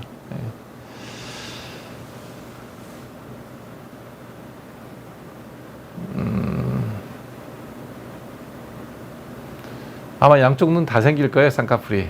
한쪽 눈만 생기는 게 아니라 나이 들면 저도 뭐 쌍꺼풀 없다가 나이 드니까 생기더라고요. 불편하지 않으면 그냥 둬도 되고요. 어차피 나이가 되면 눈이 처져요. 눈이 처져서 눈을 너무 시야를 가리거든요. 시야를 너무 가리게 되면 쌍꺼풀을 하든 아니면 상안검 성형을 해서 눈을 좀 당기든 시야를 확보를 해야 돼요. 그렇기 때문에 굳이 뭐 이렇게 다시 피는 것도 쉽지 않을 거예요. 여러분도 잘 생각해 보시죠. 어제보다 오늘 하루라도 10원을 더 벌어서 쌓이는 경우가 많아요. 본인이 경제 활동을 하면. 그래서 중요한 거는 얼마의 부를 축적하느냐. 뭐 물론 그것도 이제 젊었을 땐 필요하죠. 근데 나이가 들어가면 그런 것보다는 이제 내 삶을 얼마나 더 성실하게 충실하게 이제 마무리할 수 있느냐. 그런 것도 중요하지 않냐는 생각이 자꾸 들어요. 예. 엄지발톱 부분이 부었다고요? 이거는 뭐냐면 발톱이 파고들었을 거예요. 파고들면서 여기 조갑주의염이 생기는 거예요. 그래서 염증 생긴 거니까 항생제연고 혹시 베아로반이라는 이런 게 있으면 바르시고요. 예, 발톱 무좀은 발톱에 병이 생기는 거지 발톱의 주변에 있는 피부에는 이상이 생기질 않아요. 예. 유산소 운동으로 얼굴이 붉어지고 열이 난다. 그런 일 없어요. 운동하고 상관없어요. 전혀 운동하고 상관없고 그냥 붉은기가 생긴 거는 다른 병이 생긴 거예요. 운동은 계속 하시고 피부에 병 생긴 거니까요. 병원에 나와서 진찰 받으면 뭐 약을 쓰면 돼요. 운동하고 얼굴 붉어지는 거하고 아무 상관없습니다. 아직 줄기세포에 대해서 여러분들은 조금 신중하게 생각하셔야 돼요. 예. 박테로신 발라도 돼요. 줄기세포 갖고 뭐 거상하는 거 불가능해요. 예. 그 줄기세포가 아직까지 임상에서 그렇게 딱 효과가 있다고 입증된 건 별로 없어요. 성형수술 하셔야 돼요. 눈 처진 거는. 네.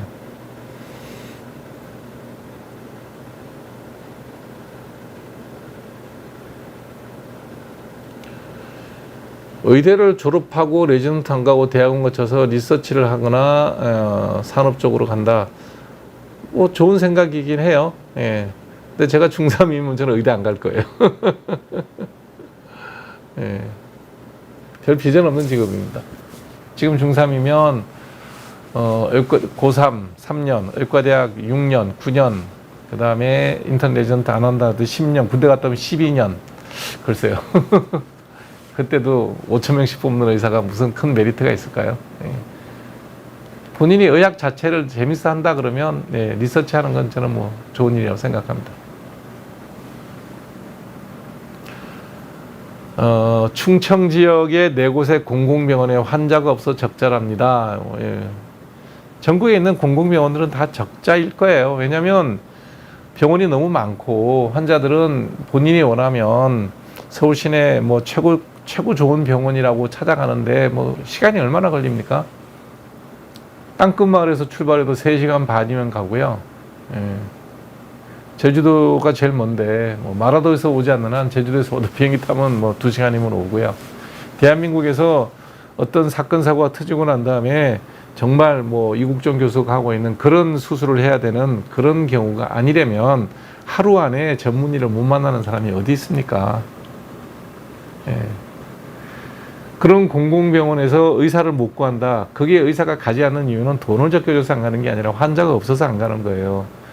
가서 맨날 앉아서 손가락 빨고 있어야 되는데 그 왜 가고 싶겠어요. 그래서 의사가 부족해서 못 구한다? 아니에요. 병원이 경쟁력이 없으니까 의사도 없고 환자도 없는 거예요. 여러분들이 듣고 있는 신문에서 나오는 공공의료원 어디 의료원에서 의사를 연봉을 4억을 줘도 의사를 구할 수 없다.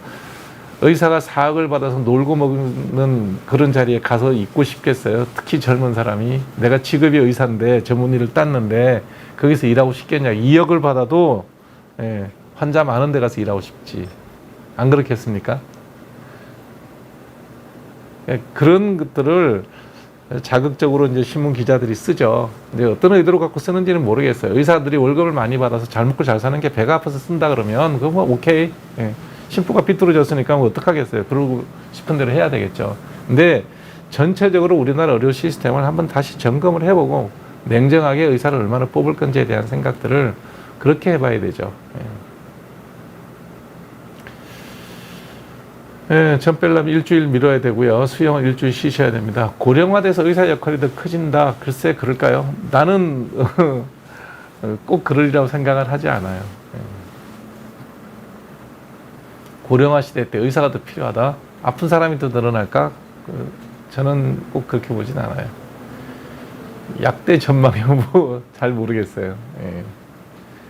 그러니까 이제 자격증을 가진 직업을 가지면 그러지 않았던 분들에 비하면 경제적인 안정성은 굉장히 높아요. 왜냐하면 국가 라이센스는 국가랑 동업하는 거거든요.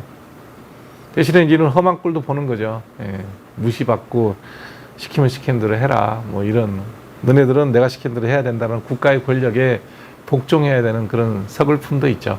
그리고 이 직업은 라이센스 직업이기 때문에 다른 나라에서 받아주지를 않아요. 그렇죠. 노인이 많아지면 요양원에 간병인이 더 많이 필요하겠죠. 예, 제 말씀이 맞아요. 연세가 높아져서 생기는 어떤 만성적인 질환에 의사가 할 수 있는 역할이 그렇게 많지 않다는 거죠. 그러니까 대한민국에서 여러분들이 의대 정원을 주장하는 기자들이나 대통령이나 뭐 공무원들이나 외국 나가서 병원 한 번만 가보세요. 그러면 그딴 소리 안 합니다. 전 세계 어느 나라에 가서 내가 아파서 병원에 가면 우리나라는 외국인 환자도 와도 하루도 안 걸려요. 외국 가서 한번 아파서 아무 데나 한번 가보세요. 의사가 많은지 적은지. 어찌 그렇게 어리석은지 모르겠어요. 바보도 아니고 머리가 나쁜 사람들도 아니고 배울 만큼 배운 사람들이 왜 그걸 모르는지 모르겠어요. 다른 나라 한번 가보세요. 예. 누구 탓이긴요? 윤석열 대통령 탓이지. 원인 제공자가 대통령이잖아요. 뭐 누구 탓이긴요? 왜 말을 그렇게 뱅뱅 돌려요? 예. 대통령도 비판받을 짓은 비판받아야지. 잘못한 겁니다. 제가 감히 단언하건대 5년 이내에 윤석열 대통령의 최고의 패착, 최고의 실책이 아마 이걸로 기록될 겁니다. 저는 제 자식들 여기서 안 시켰다니까요. 예. 아주 비판적으로, 비관적으로 봅니다. 예. 비관적으로 봅니다.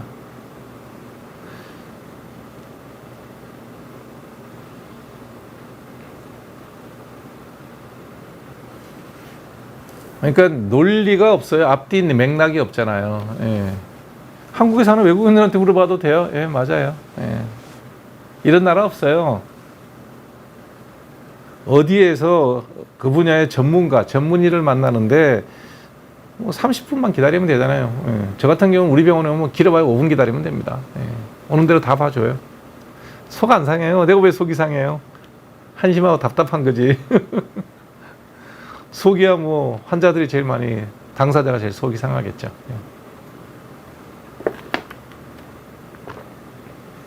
저는 늘 뭐 자녀들한테 하는 얘기입니다. 예. 정부하고 동업하는 일을 하지 마라. 하느님하고 동업하는 일도 하지 마라.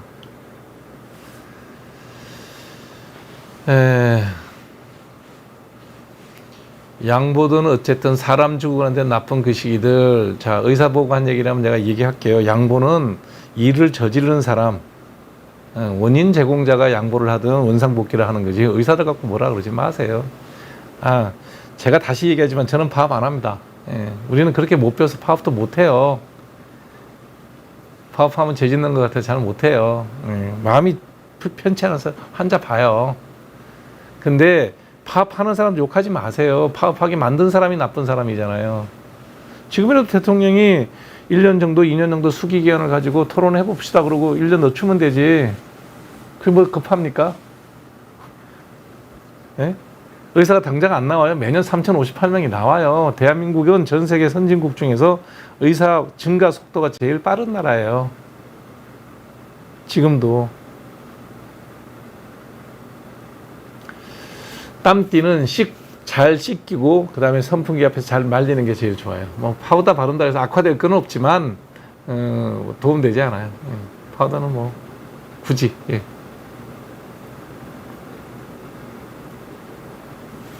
네, 정부랑 동업하는 일은 저는 반대합니다.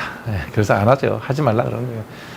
그냥 내가 의사를 선택하는 사람들, 약대를 선택하는 사람들한테 해줄 수 있는 얘기는 딱 한 가지예요. 절대로 안 망해서 큰 비전은 없고 발전은 없으나 죽을 때까지 바꿈지 않게 안전하게 살아갈 수 있는 안전한 직업이다.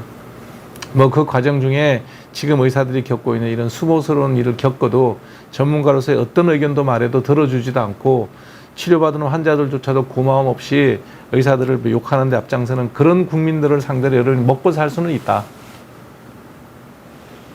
그렇게 생각하시면 자존심 버리고 큰 비전은 없지만 절대로 굶어 죽지 않는 직업이니까 당대에 내 혼자 일어서기는 좋은 직업이다. 그 정도 보시면 돼요. 예. 그냥 뭐 약 바르면 돼요. 뭐 밴드 붙일 거 없어요. 저도 지금 여기 오느라고 급하게 면도하다가 이렇게 긁혔는데 그냥 냅둬요. 예. 지혈만 되면 됩니다. 깨끗하게. 예.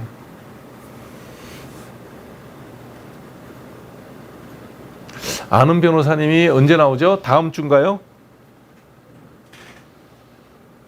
스케줄이 7월 며칠로 돼 있죠?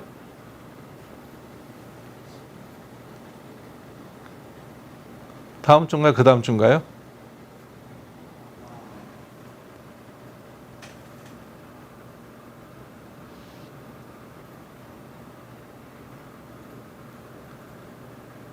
지금 발언을 너무 적을 국민으로 두시는 발언인 거. 멍청한 국민들이 뭐 멍청한 걸 멍청하다 그러시 뭐라 그래서 국민들이 다 옳다고 저는 생각하지 않습니다. 예. 적어도 지금 의료 정책을 지지하는 국민들은 나중에 반드시 후회할 거예요. 예. 우리는 다수라는 이유로 다 옳다고 생각하는데요. 다수가 다음 주에 저기 아는 변호사님 나오실 거예요. 네. 그 다수의 국민들이 저기를 하면 굉장히 옳은 판단일 거라고 생각하는데요. 다수가 어리석은 판단할 때도 되게 많아요. 예. 다수가 반드시 옳지 않다. 특히 이번 의대 정원에 대해서 여러분 가슴 속으로 너무나 열렬한 지지를 보냈다. 예, 그러면 여러분들 5년 이상 후회하실 거예요. 겪게 될 겁니다. 예. 등 여드름 유전이에요. 유전이에요. 예, 등에 물론 피지가 많이 나니까 지루성 피부염도 생겨요. 가려움이 있을 때. 그래서 약 먹어야 됩니다. 예. 스트레스 받으면 당연히 모든 병이 다 심해지죠. 그래서 이런 분은 아이소트레티놀 꼭 먹어야 돼요. 예. 먹고 크레오신 바르시면 금방 좋아져요. 미필임은 저게요. 아토피 맞아요. 알레르기스, 결막염, 비염 저게 다 똑같은 거예요. 네, 맞아요. 늦게 자고 피곤하면 그때마다 뒤집어지죠. 네. 2, 3년에 한 번 정도면 그때그때 스테로이드 바르고 쓰고 그러면 돼요. 아토피를 이제 갖고 있는 거죠. 예.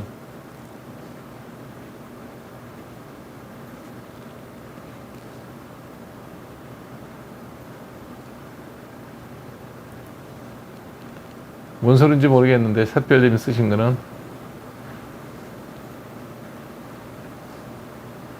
피부 종기가 뭐 같은데 생긴다고요? 그런 병은 없어요.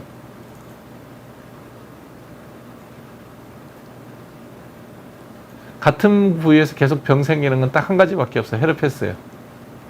헤르페스가 두피에 생긴다? 아직 한 케이스도 본 적 없는데요. 두피에 헤르페스 생기는 경우는 본 적이 없어요.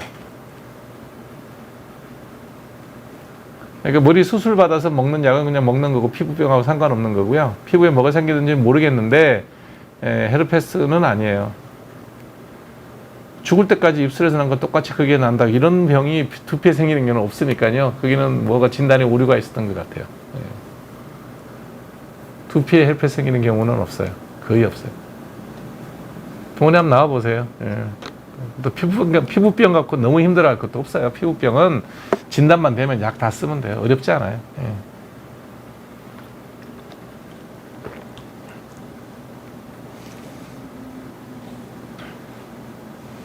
티파니스 아침에 아는 변호사 구독자시구나. 네. 엉덩이에 생기는 건 맞아요.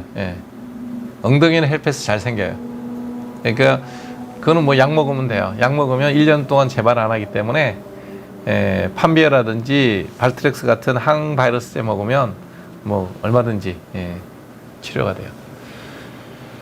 자, 튜브님 질문에 제가 답을 해드릴게요. 여러분들이 일생 동안 의료보험료를 내죠. 저도 뭐 지금 나이 33살 개업해서 지금까지 30년 이상 대한민국에서 최고의 최고액의 의료보험료를 지금까지 내고 있어요. 단 한 번도 병원 안 갔어요. 근데 대다수의 사람들은 병원을 가지를 않아요. 그렇기 때문에 환자가 소수예요. 환자들은 이 사태에 대해서는 훨씬 더 냉정하게 얘기할 거예요. 근데 그 사람이 소수거든요. 그러니까 이제 다수는 의료보험료만 내니까 의사들이 돈 잘 벌고 잘 먹고 잘 사는 꼴이 보기 싫어서 많이 늘려야 된다. 라는 얘기를 하죠. 예. 오늘 검사하는 친구랑 후배랑 점심을 같이 먹을 기회가 점심을 먹었어요. 예. 그 친구가 그러더라고. 형같이 돈 버는 의사가 있기 때문에 의사를 많이 만들어야 되는 거 아니야? 이게 검사가 한 얘기예요. 그러면 검사의 권력이 너무 세니까 검사를 지금쯤 한 10배쯤 늘리면 어떨까? 그러면 대한민국이 범죄자가 없어지고 좋아질까요? 네. 네, 그렇게 웃고 말았어요. 너네들 권력 세잖아. 검사 많이 뽑아가지고 검사들의 권력을 좀 낮추면 어떨까? 네, 이런 얘기하고 말았죠. 그러니까 굉장히 단순하구나. 저런 직종에 있는 사람들의 생각이 굉장히 단선적이구나라는 생각을 했어요. 예. 직업이 주는 한계일 수도 있겠다라는 생각을 했죠. 왜냐하면 검사라는 직업이 그렇잖아요. 예. 죄가 있다 없다를 딱 양단으로 일도 양단을 해야 되는 직업이니까 생각이 되게 단순하다. 예. 사물을 두루 볼 능력이 부족하다. 이런 생각이 들더라고요. 팔꿈치 한쪽이 금괴 났다. 되게 왼쪽이에요. 이러고 앉아있죠. 우리가 보통 왼손을 이렇게 하고 오른손으로 뭘 하죠. 마우스를 오른손으로 하고 왼손은 이런 자세를 취하니까 여기 이제 자극이 돼서 각질이 많아지고 그래서 그래요. 예. 뭐 병원 나오시면 유래화 연고 처방받아서 바르시면 돼요. 항관종은 어떻게 치료해야 되는지 여기 비욘디에서 비욘디 함익병 항관종 치면 딱 나와요. 예. 레이저로 수술을 하는데 대개 2달 간격으로 한 5번 정도 수술해야 돼요. 하고 나면 약간 패이고 그 자리가 하얗게 색깔은 변합니다. 예. 어쩔 수 없어요. 온몸이 가렵다 그러면 여러분들 기본적으로 내과 질환을 먼저 생각해야 돼요. 뭐 식습관, 스트레스 이런 거 별 상관없어요. 그러니까 여러분들이 일단 온몸이 가렵다 그러면 내과 질환이다라고 생각하는 게 맞아요. 뭔지는 모르죠. 이제 봐야 되겠죠. 예. 그래서 피부를 보고 반드시 혈액 검사를 하고 내시경까지 필요하면 다 해봐야 돼요. 그래서 음식하고 피부병 연결되는데 거의 없어요. 연관관계. 예, 그러니까 그런 거하고 전혀 상관없어요. 뭔지 모르지만 내과 검사 꼭 해보셔야 돼요. 땀 흘리면 피부 트러블 생기는 경우는 없어요. 예, 다른 원인이 있겠죠.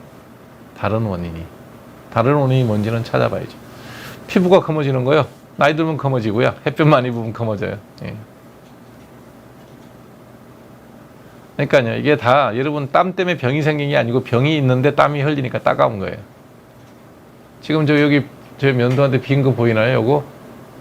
여기 제가 지금 여기 급히 오느라고 면도하다가 비었거든요. 여기 땀 들어가면 따가워요? 안 따가워요? 따갑죠? 예. 그러면 땀이 병이에요? 면도칼로 빈 게 병이에요? 그러니까 배제크님도 땀 흘리는 게 문제가 아니라 병이 있는데 땀이 흐르면 따갑다고요. 무슨 병인지는 봐야 되겠죠. 선우가 틀린 생각이에요. 여름하고도 상관없고요. 겨울엔 땀을 안 흘리니까 안 따갑겠죠. 예, 설사 병이 있어도.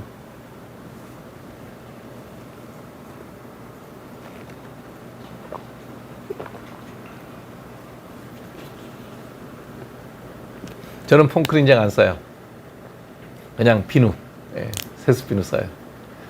저는 피부에 들어간 돈이 거의 없어요.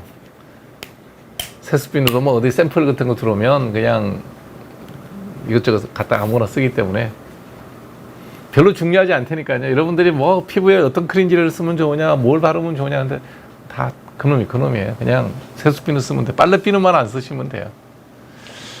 빠르게 뛰고 나면 다리 쪽에 두드러기 올라오는 이유가 뭘까요? 글쎄요. 자, 축구를 할 때 두드러기 일으킬 수 있는 요인 한번 따져봅시다. 일단 열심히 뛰었다가 땀이 식을 때 뭐가 났다 그러면 콜린성 두드러기 생각해 봐야 되고요. 그 다음에 축구를 할 때 보통 이제 그 축구용 스타킹이라 그러죠. 양말을 신죠. 되게 압박이 심하거든요. 그런 것 때문에 압박 두드러기가 생길 수도 있어요. 그 다음에 뭐 그런 정도 요인일 것 같은데요. 자극 때문에 생길 수도 있겠네요. 앞에 보호대 같은 데서 생기니까. 예. 그런 거죠, 뭐. 어느 쪽이든지 보고 두드러기 되면 뭐 항히스타민 좀 먹으면 되죠. 예. 그렇다고 운동 안 할 이유는 없죠.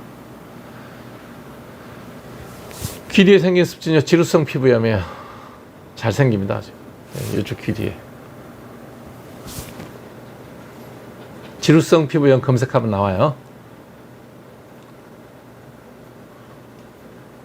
양산 쓰고 얼굴이 붉어지죠. 이 더운데 나가면 그러면 당연히 붉어지죠. 양산 썼다고 해서 안 붉어지지 않죠. 그리고 여러분들이 쓰는 양산은요, 자외선은 다 투과돼요. 그래서 여러분들이 햇볕을 완전히 가리는 그런 기능으로 양산을 쓰겠다 그러면 이중으로 된 게 있어요. 골프 우산 중에 그런 게 좋은 게 많이 나오는데 완전히 코팅이 두 번 돼 있어요. 위에는 흰색으로 돼 있고 코팅이 돼 있고 아래쪽은 천으로 돼 있는 검은색으로 돼 있어요. 그 정도 써야 양산의 효과가 있지. 그 여성분들 이렇게 모양 좋으라고 썼던 이렇게 뭐 이런 거 있잖아요. 자외선 그냥 100% 투과됩니다.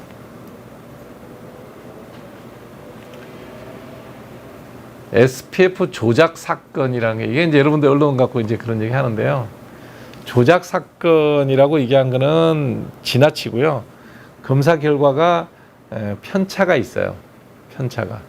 그럼 이제 검사하는 그런 거 검사하는 기관에서는 시중에 남아 있는 제품들을 이제 불특정 상품들을 수거해서 검사를 하거든요. 그러면 오류는 두 군데서 생기겠죠. 공장에서 허가를 받기 위해서 SPF 허가를 갖기 위해서 이제 공업진흥청이나 뭐 이런 식약청에다가 집어넣을 때 했던 샘플과 그 당시에 했던 검사법이 있고요. 그럼 편차가 당연히 나오죠. 그 다음에 그게 상품화되는 과정 중에서 그대로 안 되고 또 상품화된 걸 가져가서 수거해서 검사하는 검사기관에 오류가 있다는 거예요. 근데 언론은 그거를 갖고 항상 저기 예를 들어 SPF 30이라고 표기되어 있는 제품이 이제 검사를 통과해서 30으로 표기해서 상품을 만들어 팔았어요. 근데 그걸 가져가서 25가 나왔어. 그러면 그 SPF 표기가 부정 표기냐라고 언론에 보도는 할 수 있을지 모르겠지만 그러면 그쪽 검사기관의 검사 신뢰도는 얼마나 되는데 우리는 검사기관은 무조건 다 객관적으로 잘할 것 같지만 거기도 이 검사에 따른 표준 편차가 있잖아요. 평균 플러스 마이너스 맷 스탠다드 데비에이션이 표준 편차가 있다고요. 그 편차 범위 내에 있다 그러면 그건 오류라고 얘기하면 안 되죠. 언론이란 거는 굉장히 자극적이에요. 그리고 그런 거를 하는 검사하는 불특정 제품을 수거해서 검사하는 그 단체는 소비자 보호 단체라고 이름만 붙여 있지만 본인의 존재 의미를 위해서는 또 거기도 그런 게 있지 않을까요? 그러니까 그걸 액면대로 다 믿을 필요는 없다는 거. 그 다음에 우리나라에 나오는 국산 화장품은 절대로 그런 데 걸려들지 않습니다. 왜냐하면 그게 한번 잘못돼 갖고 그런 데 보도가 나가는 순간 회사가 망하는데 그거 SPF 수치 조금 더 높이려고 그러면 뭐 그렇다고 원가가 2배, 3배 드는 것도 아니고 예를 들면 30이라고 표기된 거예요. 실제로 가서 검사해보면 다 35, 40이에요. 왜냐면 그래야지 말이 없거든. 얼마나 엄격한데요. 그래서 여러분 국산 화장품으로 나와서 SPF 표기되어 있으면 그냥 믿고 쓰시면 돼요. 되게 우리나라는 화장품에 대해서 규제가 엄격한 나라이기 때문에 믿으셔도 돼요. 아무거나 발라도 됩니다. 유효기간은 있으니까 너무 오래된 자외선 차단제는 쓰지 마세요.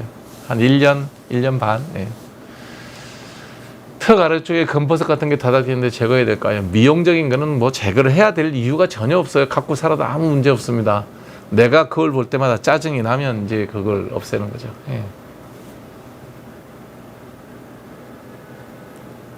눈덩이에 백반증이 있다고요? 피부가 얇은 데 있는 백반증이 잘 안 나요. 얼굴에 같으면 여기는 잘 나요. 근데 입가는 잘 안 났고요. 눈 주위도 잘 안 나요.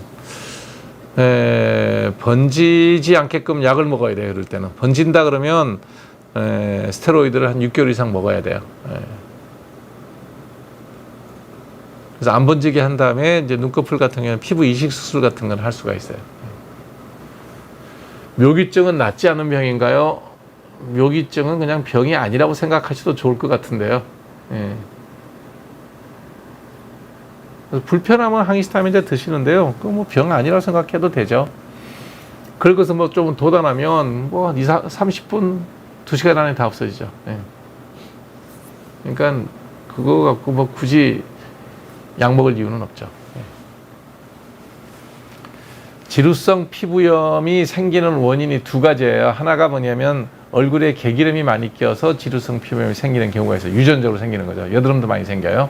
그래서 얼굴 보면 기름이 번들번들하고 모공이 넓고 여드름 나고 그러면 당연히 그 냄새가 납니다. 피지가 산화되면 냄새 되게 심하게 나거든요. 그게 호레비 냄새라 그러기도 하고 총각 냄새라 그러기도 하고 그러죠. 예.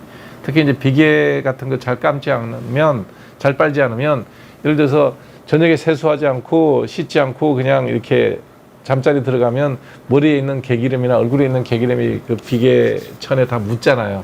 비계천을 매일 빨지는 않잖아요. 그러면 이제 거기 냄새 빼서 냄새 나죠. 예. 자주 빨아야 됩니다. 아직 못 봤습니다. 셋째는. 네. 튼살은 치료 방법이 없어요. 예. 갖고 살아도 아무 문제 없습니다. 미용적인 거고 누가 보겠어요, 그거.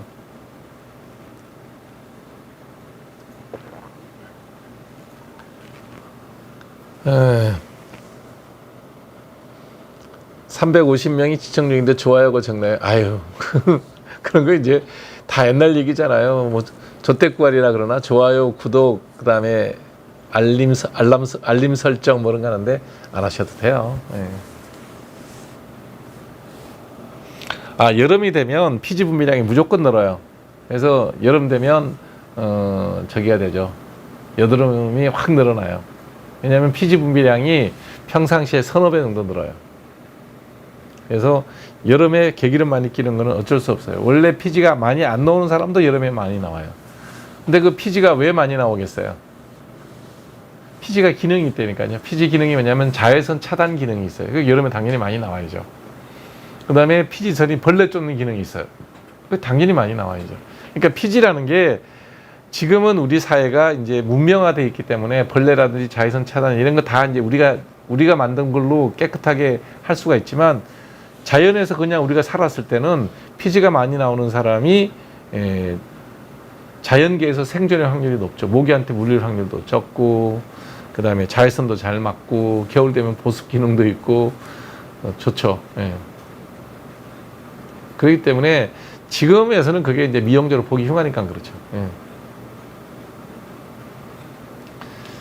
사춘기 고1이 여름에 세수도 안 하고 잔다고요? 노화는 상관없는데요. 냄새 무지개 날 텐데. 냄새 되게 나잖아요. 씻으라 그래야죠. 예. 근데 학교 갔다 와서 씻지도 않고 잘 정도면 너무 늦게까지 공부 많이 시키는 거 아니에요? 예? 땀 나는 거하고 자외선 차단제 바르는 건 상관없어요. 요즘 워터프루프로 되게 많이 나와요. 예. 땀 나도 자외선 차단제 밖에 나갈 때는 바르고요. 양산, 선글라스는 끼는 게 좋아요. 왜냐면 그 눈에 백내장을 예방하기 위해서 선글라스 끼는 게 좋고요. 양산은 믿지 마세요. 아주 시커멓게 두껍게 코팅된 걸 써야지 제대로 막아요. 햇빛에 나가서 비춰보세요. 양산은 밑에 그늘이 그림자가 별로 안 져요. 그래서 두터운 우산을 써야 됩니다. 예. 우산 갖고도 부족해요. 코팅된 거 써야 됩니다. 예. 그렇죠? 예. 그래서 여자친구가 필요합니다. 여자친구 생기면 잘 씻죠. 맞는 얘기입니다. 예. 어쩔 수 없어요. 그게 예. 부모가 하는 건 잔소리고 여자친구가 하는 얘기는 좋은 소리죠. 예. 그렇게 들리는 걸 어떡하겠어요. 저 여자친구랑 결혼해서 이제 오래 살잖아요. 그럼 또 마누라가 되는 순간 잔소리로 표현합니다. 예. 예, 골프용 우산, 골프용 우산이 나오는 게 있어요. 예.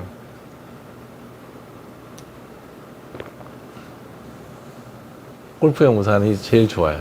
그러면 확실하게 막아져요. 한번 써보시면 아실 거예요.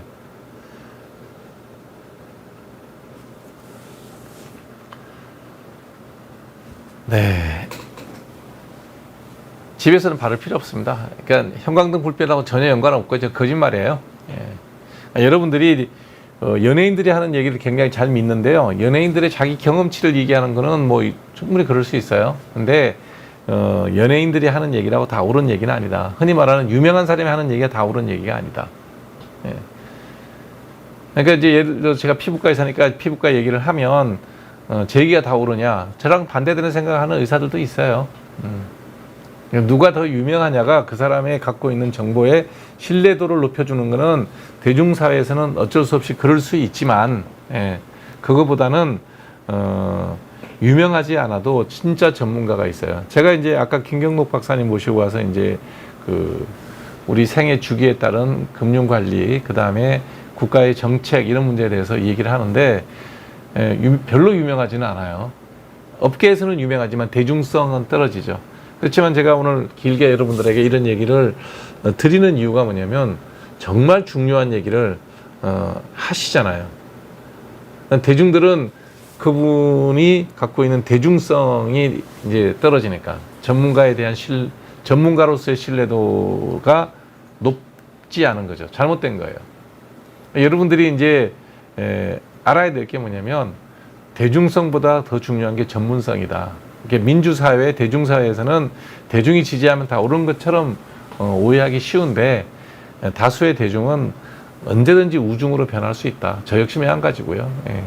특히 이제 선거 때 보면 찍고 나면 돌아서서 손가락 자르고 싶은 사람도 되게 많잖아요. 그게 왜냐하면 어쩔 수 없이 그런 어떤 선택을 해야 되는데 만족스럽지 못하죠. 네, 똑같은 겁니다. 그래서 전문가의 강의는 꼭 들어야 된다. 제가 이 시간에 원 경제 이야기에 재무 상담이나 이런 얘기를 왜 하느냐? 예. 이런 분들의 이게 김경록 박사 같은 분들의 이야기를 여러분들이 들어놓으면 아마 어디 가서 저기 뭐 한 학기 수업 듣는 것보다 낫단 말이에요. 딱 들은 요 1시간 반 강의만 딱 여러분 잘 정돈해서 다시 들어봐도 정말 그 중요한 얘기예요. 통찰을 주잖아요. 딱 그 몇십 년 업계에서 일을 한 사람만이 알 수 있는 그런 통찰이 있잖아요. 예.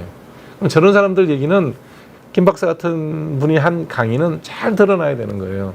들어놓고 또 연관된 서적도 좀 더 읽고 또 검토를 해보고 난 다음에 자녀의 진로 문제라든지 나의 미래 문제라든지 이런 거에서 신중하게 고려해야지 연예인이 밤에도 집에서도 자외선 차단제 바른다 나도 따라한다 그건 잘못된 거예요. 무고 배우가 했다는데 나쁠 건 없어요. 나쁠 건 없는데 선크림은 글자가 들어 선 있을 때 바르면 됩니다. 태양이 있을 때만 바르면 됩니다. 네.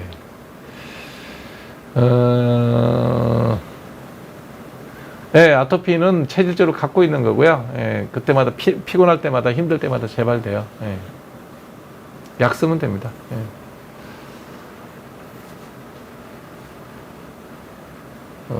이마에 오돌도돌하게 생겼다. 나이가 그렇다 그러면 비립종일 가능성이 제일 많죠. 비립종. 네.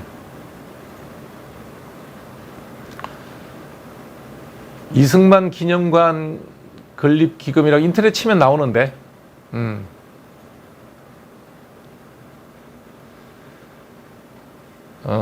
쇼닥터에 대한 얘기를 하면 이제 뭐 쇼닥터에 거론되는 사람들 얘기하면 뭐 여에스터 박사님도 그렇고 뭐 저도 매한가지고요.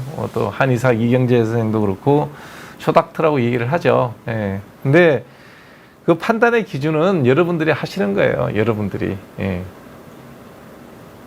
여러분들이 저 사람의 얘기를 듣고 신뢰를 하고 그 말을 들으면 그 사람들이 대중성을 확보하고 그로 인해서 어떤 영향력을 갖기는 하겠죠. 근데 맹종하지 말라는 거예요. 제가 하는 얘기도 다 믿지 말라니까요. 예. 제가 여러분들에게 정치적인 발언도 하고 역사에 대한 이야기도 하고 가끔 가다가 뭐 주제넘게 물리학 얘기도 하고 천문학 얘기도 하고 피부과 얘기도 하고 별의별 얘기를 다 해요. 예. 그리고 제 삶의 경험을 얘기도 하고 다 믿지 말라는 거예요. 제가 알고 있는 범위가 이러하다는 거죠. 예. 제가 왜 티투스 황제에 대해서 관심이 있었겠어요?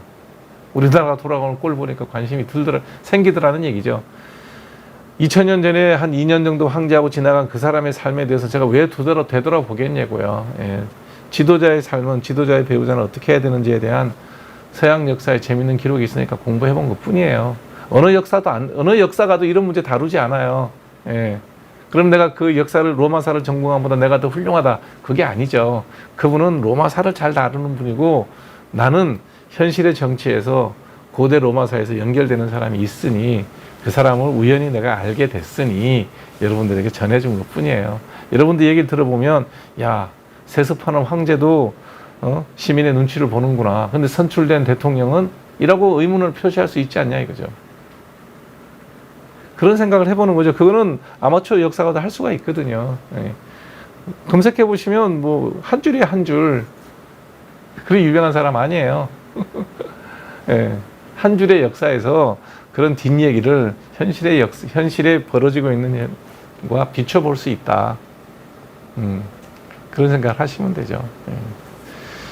그래서 쇼닥터에 대한 문제는 여러 가지 논란의 여지는 분명히 있어요. 저도 당연히 제 얼굴이 알려진 걸 갖고 바탕으로 여러 가지 영리 행위를 하는 것도 사실이니까요. 근데 뭐 내 나름대로 여러분들에게는 하여튼 좋은 얘기를 전해줄 수 있는 기회가 있다면 전해주는 것 뿐이다 라고 생각하시면 되죠.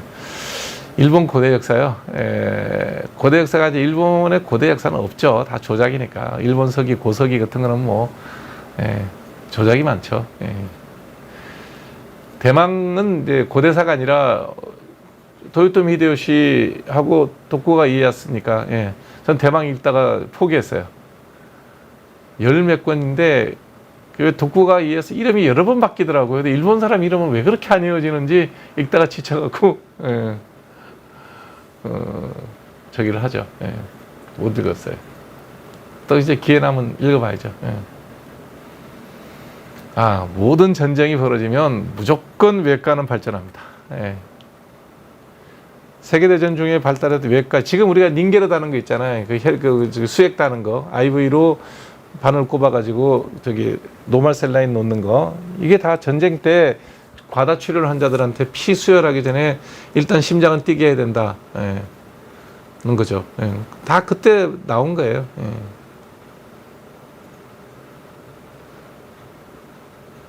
그러니까 전쟁이 끝나고 나면 많이 발전하죠. 거기다가 또 이제 잔인한 사람들은 생체 실험도 하죠. 일본의 마루타 실험하는 거라든지 독일이 마루타 생체 실험했던 그 데이터들은 다 있죠.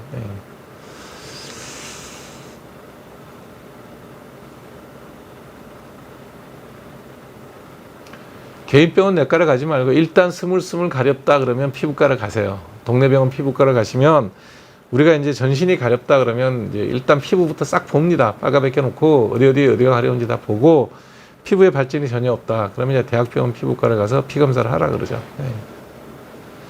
지루성 피부염은 균 때문에 아닙니다. 균하고 상관없고요. 기본적으로 피지가 많이 나오는데 면역이 떨어지면 생기는 거다.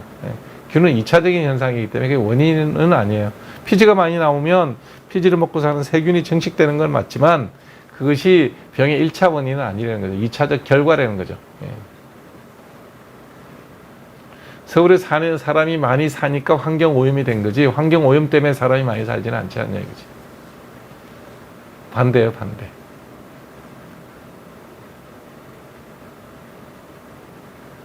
창문 햇빛 다 들어와요. 안막 치는 게 제일 좋죠. 또 그렇게까지 햇볕을 피해 살면서 뭐 얼굴을 그렇게 보호할 게 또 있나요? 적당히 햇볕도 좀 보고 살고 얼굴이 좀 뭐 노화되는 건 어쩔 수 없지 않나요? 너무 강박적으로 그럴 필요는 없지 않나 생각이 듭니다. 창문으로 들어오는 햇볕 똑같이 다 들어와요. 그래서 실내 생활을 하더라도 창가에 있는 사람들은 해야 되겠죠. 근데 대개는 뭐 블라인드도 있고 상관없죠. 실내에 있을 때는.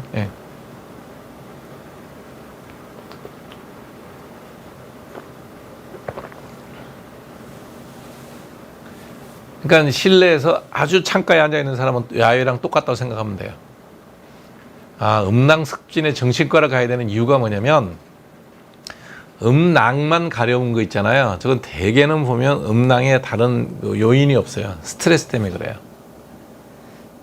그러니까 우리가 사타구니 습진하고 음낭이 가려운 거하고는 달라요. 사타구니가 가려운 거는 보면 곰팡이라든지 다른 원인이 되게 많아요. 피부적인 원인이 많은데 음낭은 대개는 스트레스 때문에 계속 가려워해요. 그래서 이제 일단 환자가 오면 설명을 하죠. 설명을 해서 스트레스 때문에 그런 거다. 그러니까 마음 편하게 살고 잠도 좀 푹 자고 셀프 컨트롤 잘 해봐라. 그러고서 이제 안 가렵게 하는 약을 조금 줘요. 그걸로 치료되면 다행이죠. 근데 저게 2년, 3년 만성적으로 가가지고 음낭이 쩍쩍 갈라질 정도로 긁고 있어요. 피가 날 정도로. 정신과 가봐야죠. 안막 끝은 저도 뭐 병원도 다 쳐놓고 있어요. 바깥에 햇살 들어오면 너무 남향이라서 너무 더워요. 그래서 안막 커튼을 쓰죠. 저게 하고 상관없어요. 습하다고 생기는 게 아니에요. 스트레스 때문에 가려운 거예요. 그래서 좀 편하게 살아야 돼요.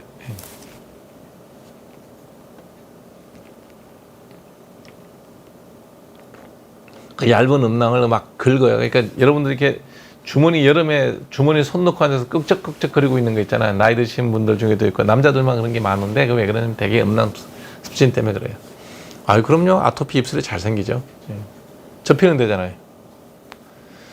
스트레스가 무섭다. 당연히 무섭죠. 만병의 원인이에요. 만병의 원인.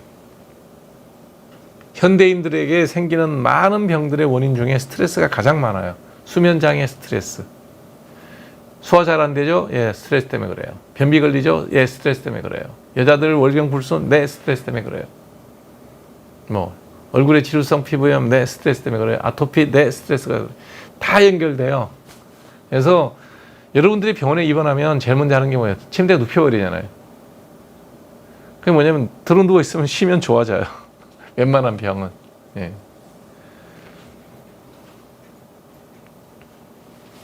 자외선은 햇볕밖에 없어요. 선크림은 태양이 떠 있을 때만 바르면 됩니다. 밤에 바를 이유가 전혀 없죠. 아니 그늘에서는 밑에서 반사돼서 올라오죠. 그래서 모래밭에 나가면 위에다가 모자를 쓰고 뭐 양산을 쓰고 우산을 쓰고 가려도 햇볕에 바닥에서 반사된 자외선이 또 올라오죠. 그래서 바닷가에 나가면 무조건 타는 이유가 그래서 그래요. 비치 파라솔 밑에 있어도 타는 이유가 그래서 그래요. 네, 그래서 선크림은 해 뜨고 있을 때만 바르면 됩니다. 다음 주가 아는 변호사님 나오는 날이라 그랬죠? 맞나요? 네, 다음 주에는 아는 변호사님 모시고 또 여러분들하고 법률에 대한 얘기, 특히 이제 여성들의 법률, 그다음에 여성들의 법률적으로 약자인 경우 이런 것들에 대한 얘기들을 좀 하도록 하겠습니다. 네. 재밌는 시간이 될 거고요. 네. 또 저는 개인적으로 여러분들에게 재밌는 얘기 할 게 있으면 좋은 주제 하나서 사이에 살짝 끼어서 말씀을 드리도록 하겠습니다. 늦은 시간까지 함께해서 고맙고요. 다음 주 화요일 날 다시 뵙도록 하겠습니다. 편안한 밤 되시기 바랍니다. 안녕히 주무세요.